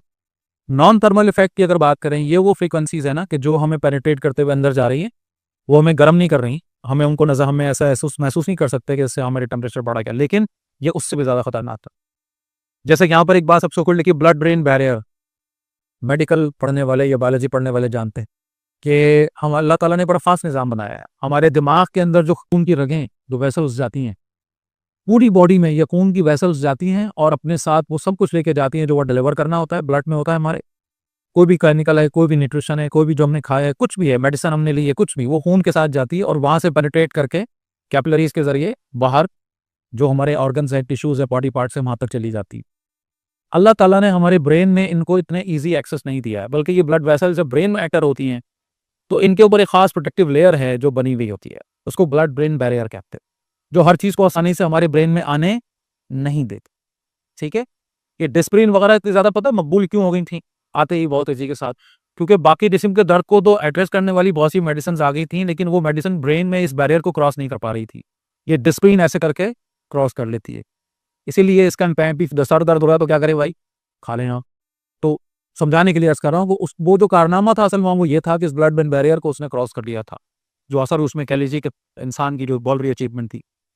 तो ये जो नॉन थर्मल इफेक्ट है, इसमें एक बहुत बड़ा इम्पैक्ट क्या आ रहा है कि मोबाइल फ़ोन के एक्सेस यूज़ की वजह से ये ब्लड ब्रेन बैरियर डैमेज हो रहा है। इसका नतीजा क्या होगा? हर वो जो पुराना है भाई, अब पता नहीं आज के नौजवानों को तो ये बातें समझ नहीं आती। ऐरा गैरा नत्थु खैरा, हाँ दिमाग में चला जाएगा। जिसको वहाँ नहीं जाना था, जिसकी एंट्री वहाँ बैन थी, वो भी अब बड़ी आसानी के साथ दिमाग में जाकर जो भी उसका इम्पैक्ट है वहाँ पर वो लाएगा। इलेक्ट्रोमैग्नेटिक हाइपर सेंसिटिविटी हो रही है, ठीक है जी, गिनोटॉक्सिक इफेक्ट्स आ रहे हैं, यानी जीन्स के लेवल पे इम्पैक्ट्स आ रहे हैं। अभी तो हम इस बात को बड़ा मजेदारी से ले रहे हैं, हम अभी ये फर्स्ट जनरेशन और सेकंड जनरेशन साथ बैठे हुए हैं जो इस मोबाइल फ़ोन के यूज़र्स बन चुके हैं। ये सिलसिला अगर चलता रहा, वैसे तो अल्लाह जाने की दुनिया कब तक रहनी है, आसार तो कभी नज़र आ रहे हैं, अल्लाह ही के पास से ये इल्म। तो तीसरी, चौथी, पाँचवीं जनरेशन तक जब हम पहुंचेंगे इसी स्पीड से इस मोबाइल फ़ोन को यूज़ करते हुए, तो बाकायदा जेनेटिक डिफेक्ट्स हमें नज़र आ रहे होंगे, जो शायद वो जो हिरोशिमा पर एटॉमिक बॉम्ब गिरा गया था और उसके तापमानी के असरात आज तक हम कहते हैं, तो ये उससे भी कई कई 100 गुना ज़्यादा असरात हैं जो जेनेटिक लेवल पर हमें नज़र आएंगे। और हमारी तीसरी, चौथी, पाँचवीं नस्ल में पैदा होने वाले बच्चे एब नॉर्मल होंगे, जेनेटिकली डिफेक्टेड होंगे, उनमें ऐसी बीमारियां होंगी या ऐसी रिटार्डेशंस होगी जिनका कोई इलाज नहीं होगा। और ये सब होगा इस मोबाइल फ़ोन के बरकत की वजह से। सिर्फ बहुत सारे कैंसर है, बाकायदा मोबाइल फ़ोन कैंसर का एक टर्म अब डेवलप हुआ है, मोबाइल फ़ोन कैंसर, यानी कैंसर की बहुत सारे एग्जाम में से एक। इसी तरह स्लीप इफेक्ट आ रहा है, इलेक्ट्रोएन्सेफेलोग्राफी अगर आप करेंगे तो बहुत आसानी के साथ आप एक डिस्टिंग कर सकते हैं, आप डिस्टिंग्विश कर सकते हैं ये बंदा मोबाइल फ़ोन यूज़र है और बंदा मोबाइल फ़ोन यूज़र नहीं है। हेल्थ हैजर्ड्स की हम बात करें, memory loss, mental confusions, damage nervous system, decrease in haemoglobin. ज़ाहिर है आज देखें हमारे नौजवान सारे पीले भीले माजरत के साथ, ठीक है, तेज़ी के साथ हमारे पास ये एनीमिक सिचुएशंस बहुत ज़्यादा हो रही हैं, बहुत ज़्यादा कॉमन हो गया एनीमिया। यानी एनीमिया किसे कहते हैं? खून की कमी, या खास तौर पर उस खून में आयरन और हीमोग्लोबिन उसकी कमी, तो ये कॉमन है आज। इसी तरह इम्यूनिटी बहुत कम होती जा रही है माइक्रोब्स से, बहुत आसानी के साथ बीमार होते हैं, बहुत आसानी के साथ बीमार हो जाते हैं, बहुत जना बस बीमार ही रहते हैं ज़्यादातर। फिर इसी तरह ये इलेक्ट्रिकल एक्टिविटी की वजह से बार बार बात आ रही है कि हमारी ओवरऑल ब्रेन की जो एक्टिविटी है वो डिस्टर्ब होती। फिर इसी तरह यदि एक नर्वस सिस्टम के बाद सेकंड नंबर पे जो सबसे ज़्यादा इम्पैक्ट आ रहा है इन स्क्रीन्स की वजह से, वो रिप्रोडक्टिव सिस्टम पे आ रहा है। रिप्रोडक्टिव एबिलिटी ओवरऑल मेल्स में भी और फीमेल्स में भी बड़ी तेज़ी के साथ वो डैमेज हो रही है, ख़त्म हो रही है, कम हो रही है इस मोबाइल फ़ोन की बहुत ज़्यादा इस्तेमाल की वजह से। थर्मल इफेक्ट के हवाले से ये एक और जगह पर मुझे एक मिला था डाटा, इसमें देखिए ये इन्होंने एक थर्मोग्राफिक इमेज दिया है, तो ये एक साहब का इमेज है बिफोर सेलफोन यूज़, ठीक है, एक नॉर्मल इमेज जैसा होना चाहिए। 15 मिनट तक इनको फ़ोन पर बात करवाएगी और उसके बाद इनका जब ये दोबारा थर्मोग्राफिक इमेज लिया गया तो ये इमेज आया। बहुत आसानी के साथ आप देख रहे हैं कि जो लेवल्स हैं अब रेडिएशन के, और ये पूरी इस चेहरे को आप अगर देखें, ये ऐसा नहीं है कि कान गर्म हुआ है तो सिर्फ कान तक ही नज़र आ रहा है आपको, वो तो सिर्फ थर्मल था ना, सिर्फ कान पे नज़र आने वाला। इसका ओवरऑल जो रेडिएशन है वो पूरी चेहरे में इस तरह से आपको ये बड़ी आसानी से नज़र आ रहे हैं, ठीक है। ये 15 मिनट इस्तेमाल के बाद ये एक और फंक्शनल एमआरआई इमेज है कि जिसके अंदर आप देखें कि एक शख्स जो कि बहुत ज़्यादा एक्सेस, कोई 4-5 साल से एक्सेस यूज़ था मोबाइल फ़ोन का, और उसकी डेथ के बाद उसका ये इन्होंने लिया था गालिबन, उसकी वर्ड डिटेल्स उस आर्टिकल में मौजूद हैं। तो वो ब्रेन के अंदर जो यानी राइट साइड पर इमेज बनी हुई, डैमेज्ड ब्रेन है ये, डैमेज्ड ब्रेन है, ठीक है, जो कि आपको नज़र आ रहा है। और रीज़न क्या था जो इन्होंने आइडेंटिफाई किया? मोबाइल फ़ोन और इसका बहुत ज़्यादा इस्तेमाल। अब आ जाइए कुछ साइको सोशल इम्पैक्ट्स हैं जो इस मोबाइल फ़ोन को उनको दे देते हैं। मैंने थोड़ों को दोनों यानी साइकोलॉजिकल और सोशल दोनों को थोड़ा मर्ज कर दिया टाइम बचाने के लिए। यहाँ से ख़ास तौर पर मोबाइल फ़ोन के साथ ये जो कॉम्बिनेशन बना है सोशल मीडिया का, इसका सफ़र शुरू होता है, क्योंकि सोशल मीडिया आपको एंटरटेन करता है और इसकी वजह से आप देखें स्क्रॉलिंग ऐप्स हैं, रिफ्रेशिंग फीड्स हैं और न जाने क्या कुछ है, लाइक्स हैं और पता नहीं, इस सारी चीज़ को हम या हमारा ब्रेन एक रिवॉर्ड के तौर पे ले रहा होता है, इनाम के तौर में ले रहा होता है। क्यों? आप किसी भी जानवर को मखसूस आवाज़ निकालें और उसके बाद उसको कोई उसकी पसंद की चीज़ खिलाएं, ये बिहेवियरल स्टडीज़ में कोई चीज़ आती है तो वो जानवर थोड़ी देर के बाद उस आवाज़ को सुनते ही एक्टिव हो जाता है, उसका उसको क्योंकि उसको रिवॉर्ड मिल रहा है ना, और एग्जैक्ट वो हरकत है। ये जितने लोग ट्रेनर्स होते हैं ना जानवरों को, इसी तरह से करते हैं। वो हाथ मिला रहा है, दो टांगों पे खड़ा हुआ है, ना जाने क्या कुछ कर रहा है, तो वो रिवॉर्ड के साथ एक खास उसकी साइंस। हमारे ब्रेन भी इसी तरह का एक माजरत के साथ जानवर बन चुका है कि जिसको एक खास साउंड के साथ एक रिवॉर्ड फील होता है, और वो साउंड क्या है? हाँ जी, मोबाइल का टो टो या और कोई साउंड जो भी होगा, ठीक है। तो ये एक रिवॉर्ड साइंस है पूरी। और जैसे ही हम उस अच्छा ये आवाज़ तो दूर चला गया, अब मोबाइल को देखते ही खुशी मिलती है, देखते ही खुशी मिलती है, वो रिवॉर्ड मिल जाता है, ठीक है, फील गुड जिसको हम कहते हैं। अभी थोड़ी देर पहले मैंने आपको बताया ना कि वो जो केमिकल्स हैं हमारे ब्रेन में जो इस सारी चीज़ को मैनेज कर रहे होते हैं, बहुत सारे हैं। सेरोटोनिन इसके अंदर एक बड़ा इंपॉर्टेंट नाम है, और भी दूसरे हैं। डोपामीन खास तौर पे, बहुत से लोगों ने डोपामीन थ्योरी सुनी भी होगी। ये डोपामीन अल्लाह ताला ने एक ऐसा ट्रांसमीटर बनाया है कि जो हमारे ब्रेन के अंदर उस वक्त रिलीज होता है जब हमें रिवॉर्ड मिलता है, इनाम मिलता है, खुशी मिलती है, मुसर्रत मिलती है। अल्लाह ताला ने इसका एक खास अंदाज में लेवल्स मैनेज किए हैं। यानी समझाने के लिए अर्ज कर रहा हूं कि डोपामीन के 3 मॉलिक्यूल्स रिलीज होंगे तो क्या मिलेगी? खुशी। ठीक है। अच्छा, 3 से ज्यादा हो जाएगा, 5, 6, 7, तो ये खुशी अब एक्साइटेड वे में, हाइपर लेवल पे, उसको अब लज्जत कह सकते हैं। तो यानी एक वो खास एस्पेक्ट जहां इंसान लज्जत महसूस करता है। अच्छा, उसकी जायज सतह भी है, वो 6, 7, 8 मॉलिक्यूल्स कह लीजिए। ये मॉलिक्यूल्स की तादाद को नहीं मैं समझाने के लिए अर्ज करूंगा, बोला कि ये शायद भी जो भी उसका लेवल है। अच्छा, होता क्या है, आप जरा तसव्वुर करें जो मैं आपको बात समझा रहा हूँ। आप रोजाना घर में आते हैं अपने बच्चे के लिए, मिसाल देने के लिए, क्या 5 रुपए का एक लॉलीपॉप लेके आते हैं और बच्चे को जेब में आपके होता है, बच्चे को पता है, और जैसे ही आपने गेट से एंटर हुए वो भागता हुआ, पापा कहता हुआ, दौड़ता हुआ आया, वो गले लगा। अच्छा, उस बच्चे को हमने पापा से मोहब्बत अपनी जगह, लेकिन उसका इस वक्त ज़्यादा बड़ा मसला क्या है कि पापा ने जेब में हाथ डालना है और क्या निकालना है? लॉलीपॉप। ठीक है, ठीक है, वो बच्चा है, जाहिर सी बात है, आप उससे एक्सपेक्ट नहीं करेंगे कि वो लॉलीपॉप से अपने अब्बा से प्यार करेगा। ठीक है। अच्छा, अब्बा ने जेब में हाथ डाला उसको, और जिस दिन आप चीज़ लाना भूल गए उस दिन उसने नाराज़ भी होना, जाहिर सी बात है, रोना भी, चीखना भी। खैर, एक दिन आपको बोनस मिला, आप बड़े खुश हैं, किसी भी वजह से आपने कहा यार आज बच्चे को थोड़ी तफरीह कराते हैं। आपने कोई कोई महंगी आइसक्रीम खरीदी, कोई बड़ी चॉकलेट ले ली, कुछ भी आपने ले लिया है, वो मैग्नम ले ली आपने, और भी कोई चीज़ हो, आप समझते हैं कि जी बच्चे को आज जो बजे। अच्छा जी, उसके बाद आप जब घर पहुंचे और बच्चा भागता हुआ आया और आपने जेब में हाथ डाल के वो चीज़ उसको दिखाई, तो फॉर एग्जाम्पल 100 रुपए की है, और आपने उसको दी, वो हैरान के सुन देखी कि ये क्या है बेटा, खा के देखो। उसने उसको खाया, खाया तो उसको ज़बरदस्त, या एक तो बड़ा मज़ा, बेहतरीन हो गया। को अगले दिन जब आप घर पहुंचे और बच्चा फिर भागता हुआ, दौड़ता हुआ आपसे आके लिपटा और आपने जेब में हाथ डाला, बच्चा क्या एक्सपेक्ट कर रहा है? लॉलीपॉप? ना भैया। ठीक है, अब उसके दिमाग में क्या है? वो जो कल आपने उसको दिया था, आपने जेब से जब उस लॉलीपॉप को निकाला जिसके लिए वो रोजाना बेकरार होता था, जिसके लिए वो इंतजार करता था, जो उसको बहुत ज्यादा अच्छा लगता था, लेकिन अब जब आप उसके हाथ में उसको देंगे तो वो हैरान परेशान होकर देख रहा होगा कि ये क्या है, और आपको देख के पूछ रहा होगा कि वो कहाँ है भाई, है? और अब जब वो उसको खाएगा तो उसको वो मजा नहीं आएगा। ठीक है। एक नेमत आपको खुशी देती है जब पहली दफा आपके पास आए और बड़ा अच्छा लगता है, लेकिन जैसे ही आप उसके कंपैरिजन में किसी और के पास एक नेमत देखते हैं तो आपको अपनी ये वाली नेमत क्या लगने लगती है? ये एक इंसानी फितरत में बात क्या हो रही है? बात ये हो रही है कि आपके ऑप्टिमम लेवल पे 10 मॉलिक्यूल रिलीज होने थे जिसने आपको खुशी देनी थी एक जायज लेवल पे, आपने क्या कि किसी तरीके से 15 रिलीज करवा दिए, 20 रिलीज करवा दिए, तो अब आपके ब्रेन को जो मजा लगा है वो उन 20 मॉलिक्यूल्स का कोई हाई क्रिएट हुआ है, डेवलप हुआ। अब कम से कम खुश होने के लिए आपको कितने रिलीज कराने पड़ेंगे? 20 ही करवाने पड़ेंगे। वो अब 10-5 आपको मजा नहीं देंगे। जिंदगी की वो खुशियां जिन्हें हम खुशियां कहते थे, खुशियां नहीं रही, अब उनकी कोई अहमियत नहीं रही। जिन खुशियों को देखकर हमारा दिल सरशार हो जाता था वो कोई मायने नहीं रखती। बात क्यों नहीं रखती?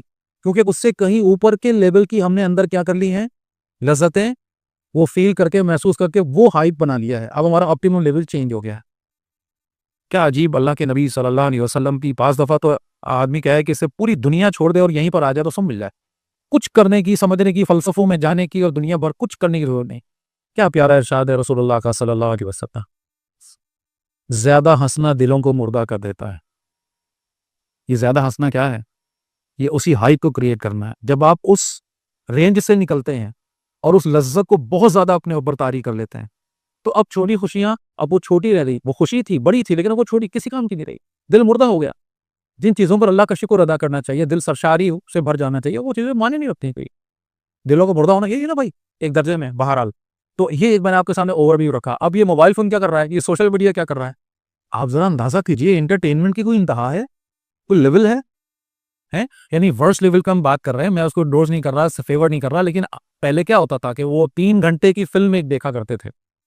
पुराने लोगों को याद होगा जिन्होंने थोड़ी बिगड़ी की लाइफ गुजारी है, कि 3 घंटे तक बैठ के टीवी के सामने इंतजार करना पड़ता था, एक सीन सिचुएशन डेवलप होती थी, उसके बाद वो 3 घंटे में जाके सॉल्व आउट होती थी और आखिर में हैप्पी एंडिंग होती थी और एक रिलीफ मिलता था, खुशी मिलती थी। अब वो पूरी 3 घंटे की फिल्म जो है उसको कोई, मतलब उसकी कोई वो नहीं रह गई। अब पता नहीं कोई देखा हो, नहीं कोई अल्लाह जाने, लेकिन अब तो उसकी जरूरत ही कोई नहीं। अब तो आप विद इन 30 सेकेंड्स जो रील आपके पास एक चल रही है उसमें वो सिचुएशन क्रिएट होती है, पूरा सीन क्रिएट होता है और विद इन 30 सेकेंड्स आपको हैप्पी एंडिंग के साथ मजेदार। और वो तो पहले जो चीजें थी वो तो बेमाने हो गई हैं। अब तो कहाँ से कहाँ एंटरटेनमेंट के मतलब चले गए हैं। बेहूकी बेहयाई को जिस तरह से डक दिया गया है, और जो हंसने का एक, यानी आप माजरत के साथ आप देखें तो ऑफिस में हमारे घरों में कॉमन बात है कि अच्छा खासा आदमी है, अच्छा वेल पढ़ा लिखा आदमी है और अच्छा समझदार बाशऊर आदमी है, और मोबाइल फोन की स्क्रीन ऐसे कर ली और मुंह ऐसा कर रहा है, और वो उसको एकदम आवाज हो हैरान होकर चाहो जी जी। मतलब दुनिया माफिया से बेखबर उस एंटरटेनमेंट की दुनिया में इस तरह से बंदोश है कि एक नशे ही आदमी नशा करके जिस तरह से कहीं पड़ा हुआ होता है, उसको नहीं पता होता दुनिया में कहाँ क्या हो रहा है। उस नशे करने वाले के दिमाग में जितने डोपामिन रिलीज हो रहे हैं ना, जो उसको लज्जत दे रहे हैं, आप यकीन करें मोबाइल को लेकर बैठे वाले के दिमाग में उससे कहीं ज्यादा डोपामिन रिलीज हो।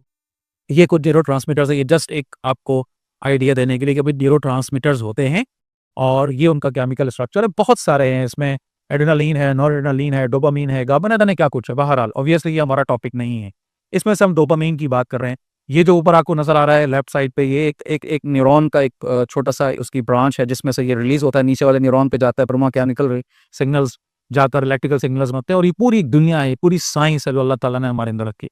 और इसी जगह पर हम बात कर रहे हैं कि जो मॉलिक्यूल डोपामिन अगर आपको नजर आ रहा है और रिलीज होते ही यहाँ इनको अटैच होना है, यहाँ इंपैक्ट क्रिएट करना है, उसके बाद फौरन यहाँ से हट जाना है। अल्लाह ताला ने इनको यहाँ से हटाने का पूरा निजाम बनाया हुआ, इनको ज्यादा देर यहाँ रुकना नहीं है। लेकिन ये मोबाइल फोन इनको यहाँ रोक के रखता है और मजीद रिलीज करवाता रहता है, करवाता रहता है, करवाता रहता है, जिसकी वजह से ये सारे प्रॉब्लम्स जो इस वक्त हमारे सामने साइकोलॉजिकल इशूज हो रहे हैं। ये डोपामिन जब हद से ज्यादा रहेगा, ज्यादा रिलीज होगा, ज्यादा टाइम तक रहेगा, नतीजा क्या होगा कि हर चीज पर इसका इंपैक्ट है। मैंने आपको शुरू में बताया ना कि एक खास मिकदार तक कि हमारे लिए बड़ा अच्छा है, उससे ज्यादा फिर क्या है, प्रॉब्लमेटिक है, पॉइजन है, डैमेजिंग है, डिस्टर्बिंग है।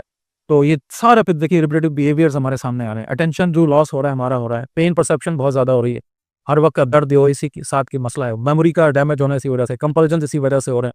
ठीक है, फिर इसी तरह से लर्निंग कैपेबिलिटीज जो कम हो रही है वो बहुत ज्यादा वो इन्हीं वजूहात की वजह से हो रही है। बहरहाल ये एक मोटिवेशन कर डेवलप करता है और मजीद ज़्यादा से ज़्यादा अपने आप को वहाँ रखने के लिए आपको मोटिवेट करता है। और फिर बहुत सारे काम दिल की वजह से ये रिलीज़ नहीं हो रहा, हम लोग अच्छे नहीं लगते, हमारी दिलचस्पी वहाँ नहीं बन रही होती।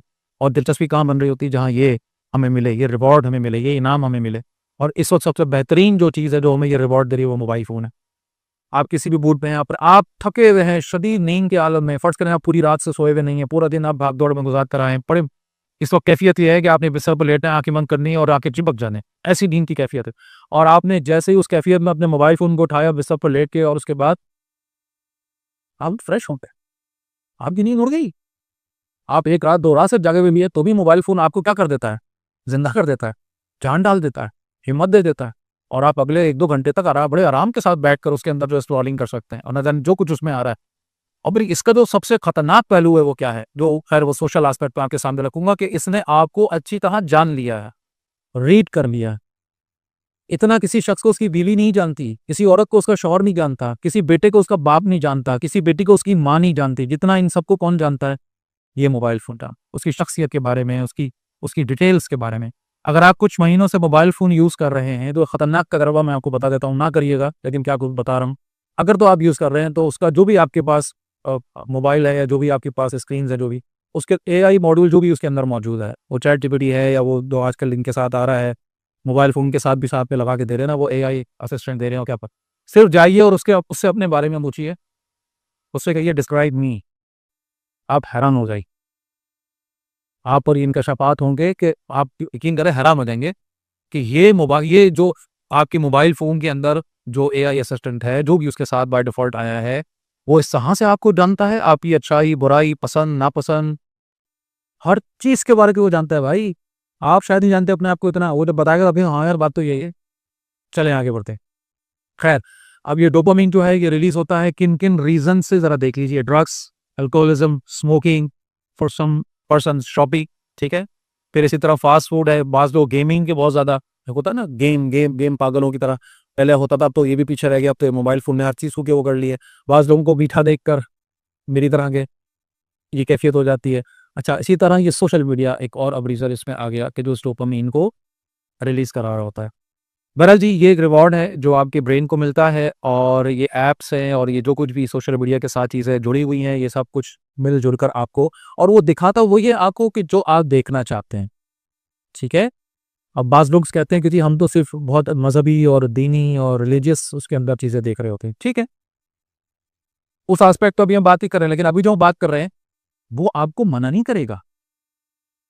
आप मिसाल है किसी भी अपने पसंद के स्कॉलर की बयानात ही सुनना चाहते हैं, तो वो थोड़ी ही 2-4 आपकी स्क्रॉलिंग से और जितना टाइम आपने, यानी आप ऐसे स्क्रॉल कर रहे हैं और 1 सेकंड के लिए किसी जगह आप रुके, एक पॉज़ लिया और फिर स्क्रॉलिंग शुरू कर दी, नोटेड।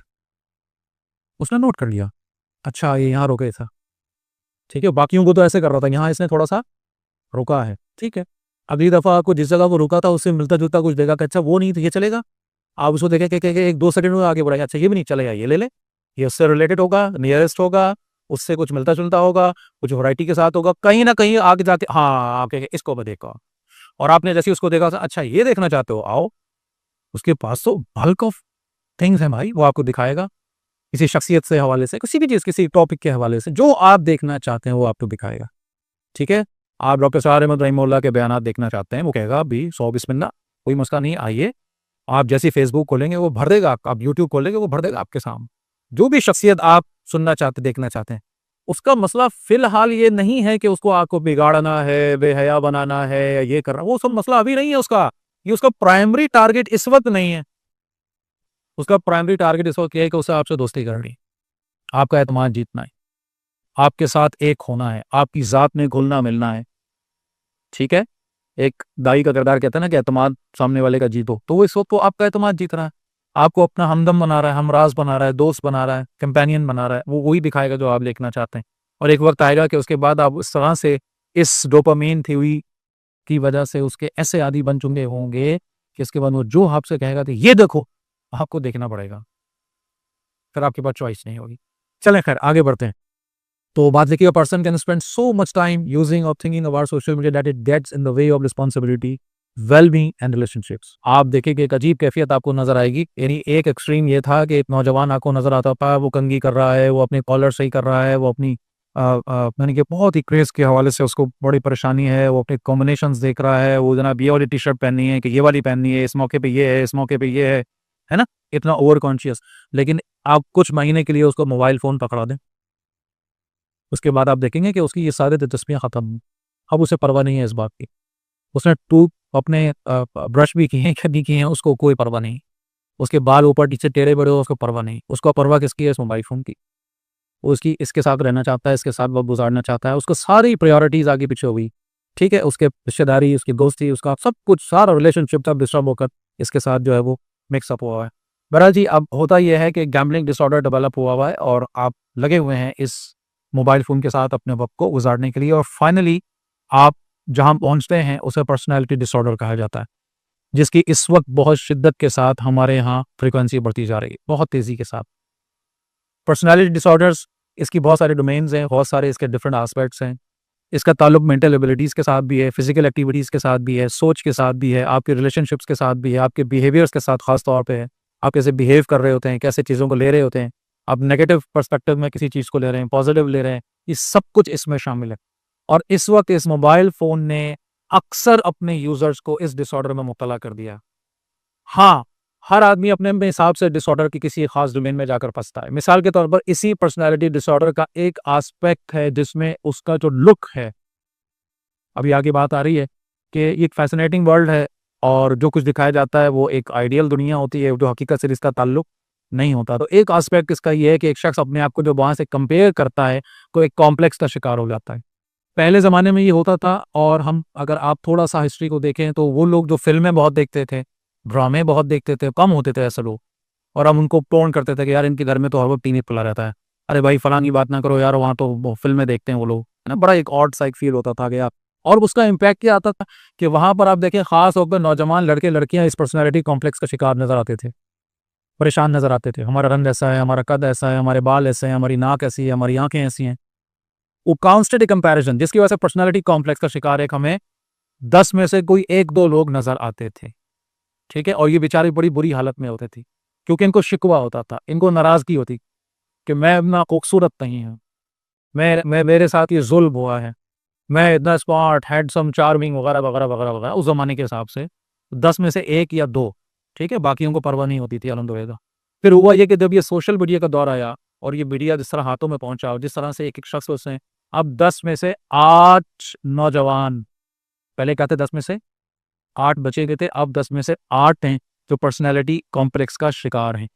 क्योंकि इस सोशल मीडिया ने, इस फैसिनेटिंग वर्ल्ड ने और ज़ाहिर एक नौजवान किस चीज़ को सबसे ज़्यादा कैच करता है, क्योंकि वो उस एज में होता है, वो पुरान ज़ीनत वाली एज कहते हैं ना, सूरह हदीद में हम पढ़ते हैं, आप लोग पढ़ेंगे इंशाल्लाह मुंतखब साहब। तो एक खास एज होती है जिसमें एक शख्स को अपने लुक्स के ऊपर खास तवज्जो आती है। हाउ डू आई लुक, मैं लग कैसा रहा हूँ, दिख कैसा रहा हूँ, लड़की हो या लड़का हो, ये नेचर है, ये फितरत है। और उस वक्त उसको अगर ये बता दिया जाए कि तुम तो कुछ भी नहीं हो, तुम तो बिल्कुल बेकार हो, स्टैंडर्ड से बहुत ग्रे हो गए हो, दूर, तुम्हारा कॉम्प्लेक्शन, तुम्हारे नकूश, तुम्हारी हाइट, तुम्हारा ये, तुम्हारा वो, तुम्हारा फला, ये क्या है। और फिर उसमें बदकिस्मती ये कि ना कुरान के साथ तो वाबस्तगी, ना दीन के साथ। वो सौबरकुम फ़अहसन सुवरकुम, वो अल्लाह फरमाता है सूरह तगाबुन में, उसका तुम्हारी शक्ल बनाई और क्या खूबसूरत शक्ल बनाई। लक़द खलक़नल इंसाना फ़ी अहसनी तक़वीम, तुम्हें बेहतरीन साख्त अल्लाह ने पैदा। वो मुसव्विर है, तुम्हारी सूरत गिरी करने वाला, वो खालिक है। ओ भाई होगा, हमें इससे क्या, हमारा तो मसला ये है कि दुनिया हमें बता रही है कि ये स्टैंडर्ड है खूबसूरती का, और मैं जब अपने आप को आईने में देख रहा हूँ तो मुझे बहुत दूर नजर आ रहा हूँ। तो आईना तो बन गया दुश्मन, ठीक है, अब नोट कीजिए इस बात को, आईना बन गया दुश्मन।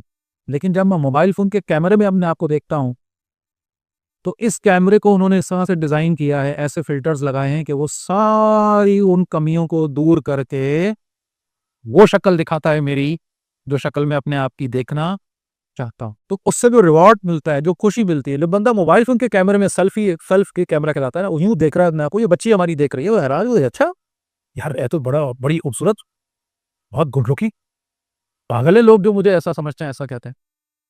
तो अगेन मेरा सच्चा हमदर्द, सच्चा दोस्त कौन, ठीक है।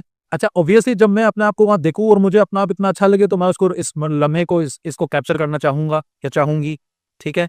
अच्छा जब मैंने कैप्चर भी कर लिया, तो बात ही की बात, सिर्फ मुझे ही वो पता चले कि मैं इतनी गुड लुकिंग हूँ या गुड लुकिंग, अच्छा जो भी कह ले, स्मार्ट, मेरा चेहरा इतना जबरदस्त और ये वो, तो मुझे सबको बताना चाहिए, लोगों से एंडोर्समेंट इस पर लेनी चाहिए, ठीक है। अच्छा सिस्टम ऐसा बनाया गया, इस पूरी सोशलाइजेशन को ऐसा क्रिएट किया गया, इस फैमिली को, जो सोशल मीडिया फैमिली अब कहलाती है, इन नॉर्म्स पर डेवलप किया गया कि एक ने अपनी तस्वीर खींच के पोस्ट की, तो अगले ने क्या करना है, उसको लाइक, और क्या लिखना है, लुकिंग ऑसम। और जैसे ही मैंने अपनी तस्वीर डाली और एक शख्स का, मेरी फ्रेंड है, मेरा फ्रेंड है, वट एवर, जो भी उस बहस में हम नहीं जा रहे, उसने नीचे एक थंब बनाकर, जबरदस्त दिल बनाकर, और क्या क्या होता है जी है, और नीचे लिखा कि वाओ गॉर्जियस, तो यहां से एक लहर निकलेगी जो जुर्म करती भी यहां तक जाएगी, और मुझे लगेगा कि आज मैं दुनिया का शहजादा हूं, ठीक है। और अब जाहिर सी बात है, और ये टिट फॉर टैट, अब उसने भी पोस्ट करना है, मैं तैयार रहूं, उसको भी मैंने यही कमेंट देना है, हिसाब बराबर करना है। मैं ये भूल जाऊंगा कि जब मैं उसको ये कमेंट देते हुए सोचूंगा फजूल लग रहा है, मैं तो सिर्फ फॉर्मेलिटी में कर रहा हूँ, भाई उसने भी इसीलिए किया है, ठीक है। चलें छोड़े, खैर बात दूर निकल गई। इस पर्सनैलिटी कॉम्प्लेक्स का शिकार इस वक्त हर 10 में से 8 नौजवान हमारे हो चुके हैं, और माजरत के साथ दीनदार जहनीत रखने वाले। पिछले दिनों किसी ने मुझे, अब वो मेरे कुछ है हमदर्द, मुझे बेचते रहते हैं, अनवर भी देखें ये हो रहा है, ये हो रहा है, वो हो रहा है, मैं भी कहता हूँ चलो ठीक है, इसी बहाने मुझे पता चल जाता है घर में बैठ के क्या कुछ हो रहा है। वो हम कुछ बेचते रहते हैं, बहुत सारे लोग हैं, भेज रहे हो। तो किसी ने वो भेजा, एक नौजवान था, बड़ा अच्छा सा नौजवान था, हर नौजवान ही अच्छा होता है, अल्लाह ने बनाया उसको, तो वो दाढ़ी वगैरह उसकी अच्छी सी थी, तो वो तस्वीर लिख के, और नीचे वो उसकी जो टाइटल था वो ये था, कौन कहता है कि दाढ़ी में खूबसूरत नहीं लगा जा सकता, इन्ना लिल्लाही व इन्ना इलैहि राजिऊन। यानी दाढ़ी के साथ आप खूबसूरत उस तस्वीर में, अब जाहिर सी बात है कि उसकी कोई जो भी उसने फिल्टर विल्टर लगा के सेट किया होगा, अब ये कितना पागलपन है। यानी अब हर दाढ़ी वाला आदमी जाकर उसको देखेगा, फिर आईने में अपने आप को देखेगा, बोलेगा मैं लग रहा हूँ इतना खूबसूरत, क्या नहीं लग रहा। तो दाढ़ी इसलिए रखनी है भाई कि खूबसूरत लगे, क्या पागलपन है ये, पूरा फोकस आउट हो गया कि नहीं हो गया। खैर, तो ये अब ये कुछ मिसालें मैंने आपको दी, ये चीजें चल रही हैं, बर्बादी हो रही है, इंफॉर्मेशन पीछे रह गई, इंटरटेनमेंट आगे आ गई, और अभी दुनिया क्या बन चुकी है, इंफोटेनमेंट। अब खबरें भी आपको चाहिए थ्रिल के साथ। अब फर्ज करें कि आपको न्यूज़ चैनल देख रहे हैं, और वहाँ पर जो भी न्यूज़ कास्टर है वो बैठकर आपको बता रहा है कि जी वो इसराइल ने ईरान पर अटैक कर दिया है, तो आप उसको सॉल्व करके आगे आएंगे। अगले वाले चैनल पर ढैन ढैन ढैन ढैन ढैन ढैन, वो पीछे से घूमता हुआ ऐसी दुनिया आ रही है, वो जनाब ऐसा कोई इमेज आ रहा है एआई बेस्ड, और उस पर जनाब वो जो बोलने वाला है या बोलने वाली है, वो पूरे एक लोचदार आवाज में, वो बना के, मैं वो बना के बोलने वाला नहीं हूँ आपको, वो बता रहा है या बता रही है कि ये हो गया है। अब यहाँ सुनने में मजा आ रहा है, बता वो भी ये रहा था, लेकिन उसके क्या बता रहा था पता है, बेकार, ये जो बता रहा है या बता रही है, ये यहाँ मरा जरा मजा है, इसको सुनते हैं बैठ के, तो वो थ्रिल बन गया, ड्रामेटाइज कर दिया ना पूरी न्यूज़ को, सारी चीज़ों को, इन्फॉर्मेशन को, वगैरह वगैरह। तो हर चीज़ को ड्रामेटाइज करके अब कोई आप तबसरा भी सुन रहे हैं, कोई अच्छी सी बात सुन रहे हैं, कोई दीनदार लोग हैं, दानिश्वर लोग हैं, वो किसी अच्छी बात कर रहे हैं, बड़ी अच्छी बात है, लेकिन जब तक उसमें ड्रामेटाइजेशन नहीं डालेंगे, थ्रिल नहीं डालेंगे, वो पीछे से ला के कुछ ऐसा रख के पलट के ऐसे और कुछ सिचुएशन क्रिएट, मजा ही क्या आया। ठीक है, तो इन्फॉर्मेशन वगैरह सब कहीं इधर उधर हो गया, अब तो इंफोटेनमेंट है। इन्फॉर्मेशन चाहिए लेकिन इंटरटेनमेंट के साथ चाहिए भाई। विदाउट इंटरटेनमेंट हमें कोई इन्फॉर्मेशन भी नहीं चाहिए, इसलिए किताबों की हमें खत्म होगी, क्योंकि किताबों में सीधा सीधा लिखा हुआ है, आप उसमें से पढ़ के क्या मजा है, कोई मजा नहीं आएगा। व्हाट्सएप के मैसेज में अब आप देखें कि जहां मछली का तस्करा आ रहा है, मछली की तस्वीर आ गई, खुशी का तस्करा आ रहा है, पुल बना हुआ आ गया, दरमियान में आ रहा है, ना जाने क्या कुछ सिंबॉलिक लैंग्वेज किस तरह से आगे बढ़ रही। ठीक है, तो उसमें मजा आ रहा है, ड्रामेटाइजेशन हो रही है थोड़ी सी। चले जी, बहरहाल ये एक ऑफिशियल डेफिनेशन है सोशल मीडिया की, to interact with friends, family, acquaintances in a way that is easy, fun and accessible. Official definition है। तो सोशल मीडिया तो बेस्ड ही किस पर है? फन। फन जब तक नहीं है, इस मीडिया की कोई इंपॉर्टेंस है ही नहीं। बेस ही इसको बनाया गया। ठीक है, खाओ पियो जियो मजे करो ऐश करो वगैरह वगैरह सारे, ठीक है ना। तो ये सब कुछ पीछे रह गया थी कि क्या पता होना चाहिए। अब फन है, मजा है, तफरी है, बस ये सबसे ज्यादा है। ये कुछ फिगर्स हैं इस वक्त जनाबेली 7.5 million children under the age of 13 जो कि फेसबुक यूज कर रहे हैं, जिसमें से 5 billion under the age of 10 years. Can you imagine? ये फेसबुक यूजर्स की बात हो रही है। पूरी इस वक्त दुनिया में 900 मिलियन यूजर्स हैं फेसबुक की। अच्छा जी, अब देखिए जो प्रॉब्लम्स आ रहे हैं, ये एक और जगह पर आर्टिकल था, उससे मैंने कुछ चीज़ें उठाई हैं। उसमें बड़ी अजीब बात थी, उसने कहा कि ज़रा इमेजिन करें कि जो प्रोफेशनल लेवल में अब ये बच्चे आएंगे, जो इस वक्त फेसबुक यूजर्स हैं, व्हाट्सएप यूजर्स हैं, ये इस काबिल भी नहीं होंगे कि एक सेंटेंस पूरा लिख सकें या बना सकें। क्यों? क्योंकि इनकी लैंग्वेज चेंज हो रही है अब। यप और न जाने क्या कुछ, और क्या क्या होता है, OMG तो कॉमन हो गया ना। आपको बातों में भी क्या हो रहा है, बातों में भी हो रहा है। यानी इंतहा ये है कि अब तो वो घरों में गैस इस्तेमाल नहीं होती चीजें, वहां भी क्योंकि बाहर से इम्पैक्ट आ रहा है ना। आप उसे बात कर रहे हैं, बात करते करते बच्चा जरा OMG, मतलब अभी कॉमन बात है, इसमें कोई हैरानगी की बात थी।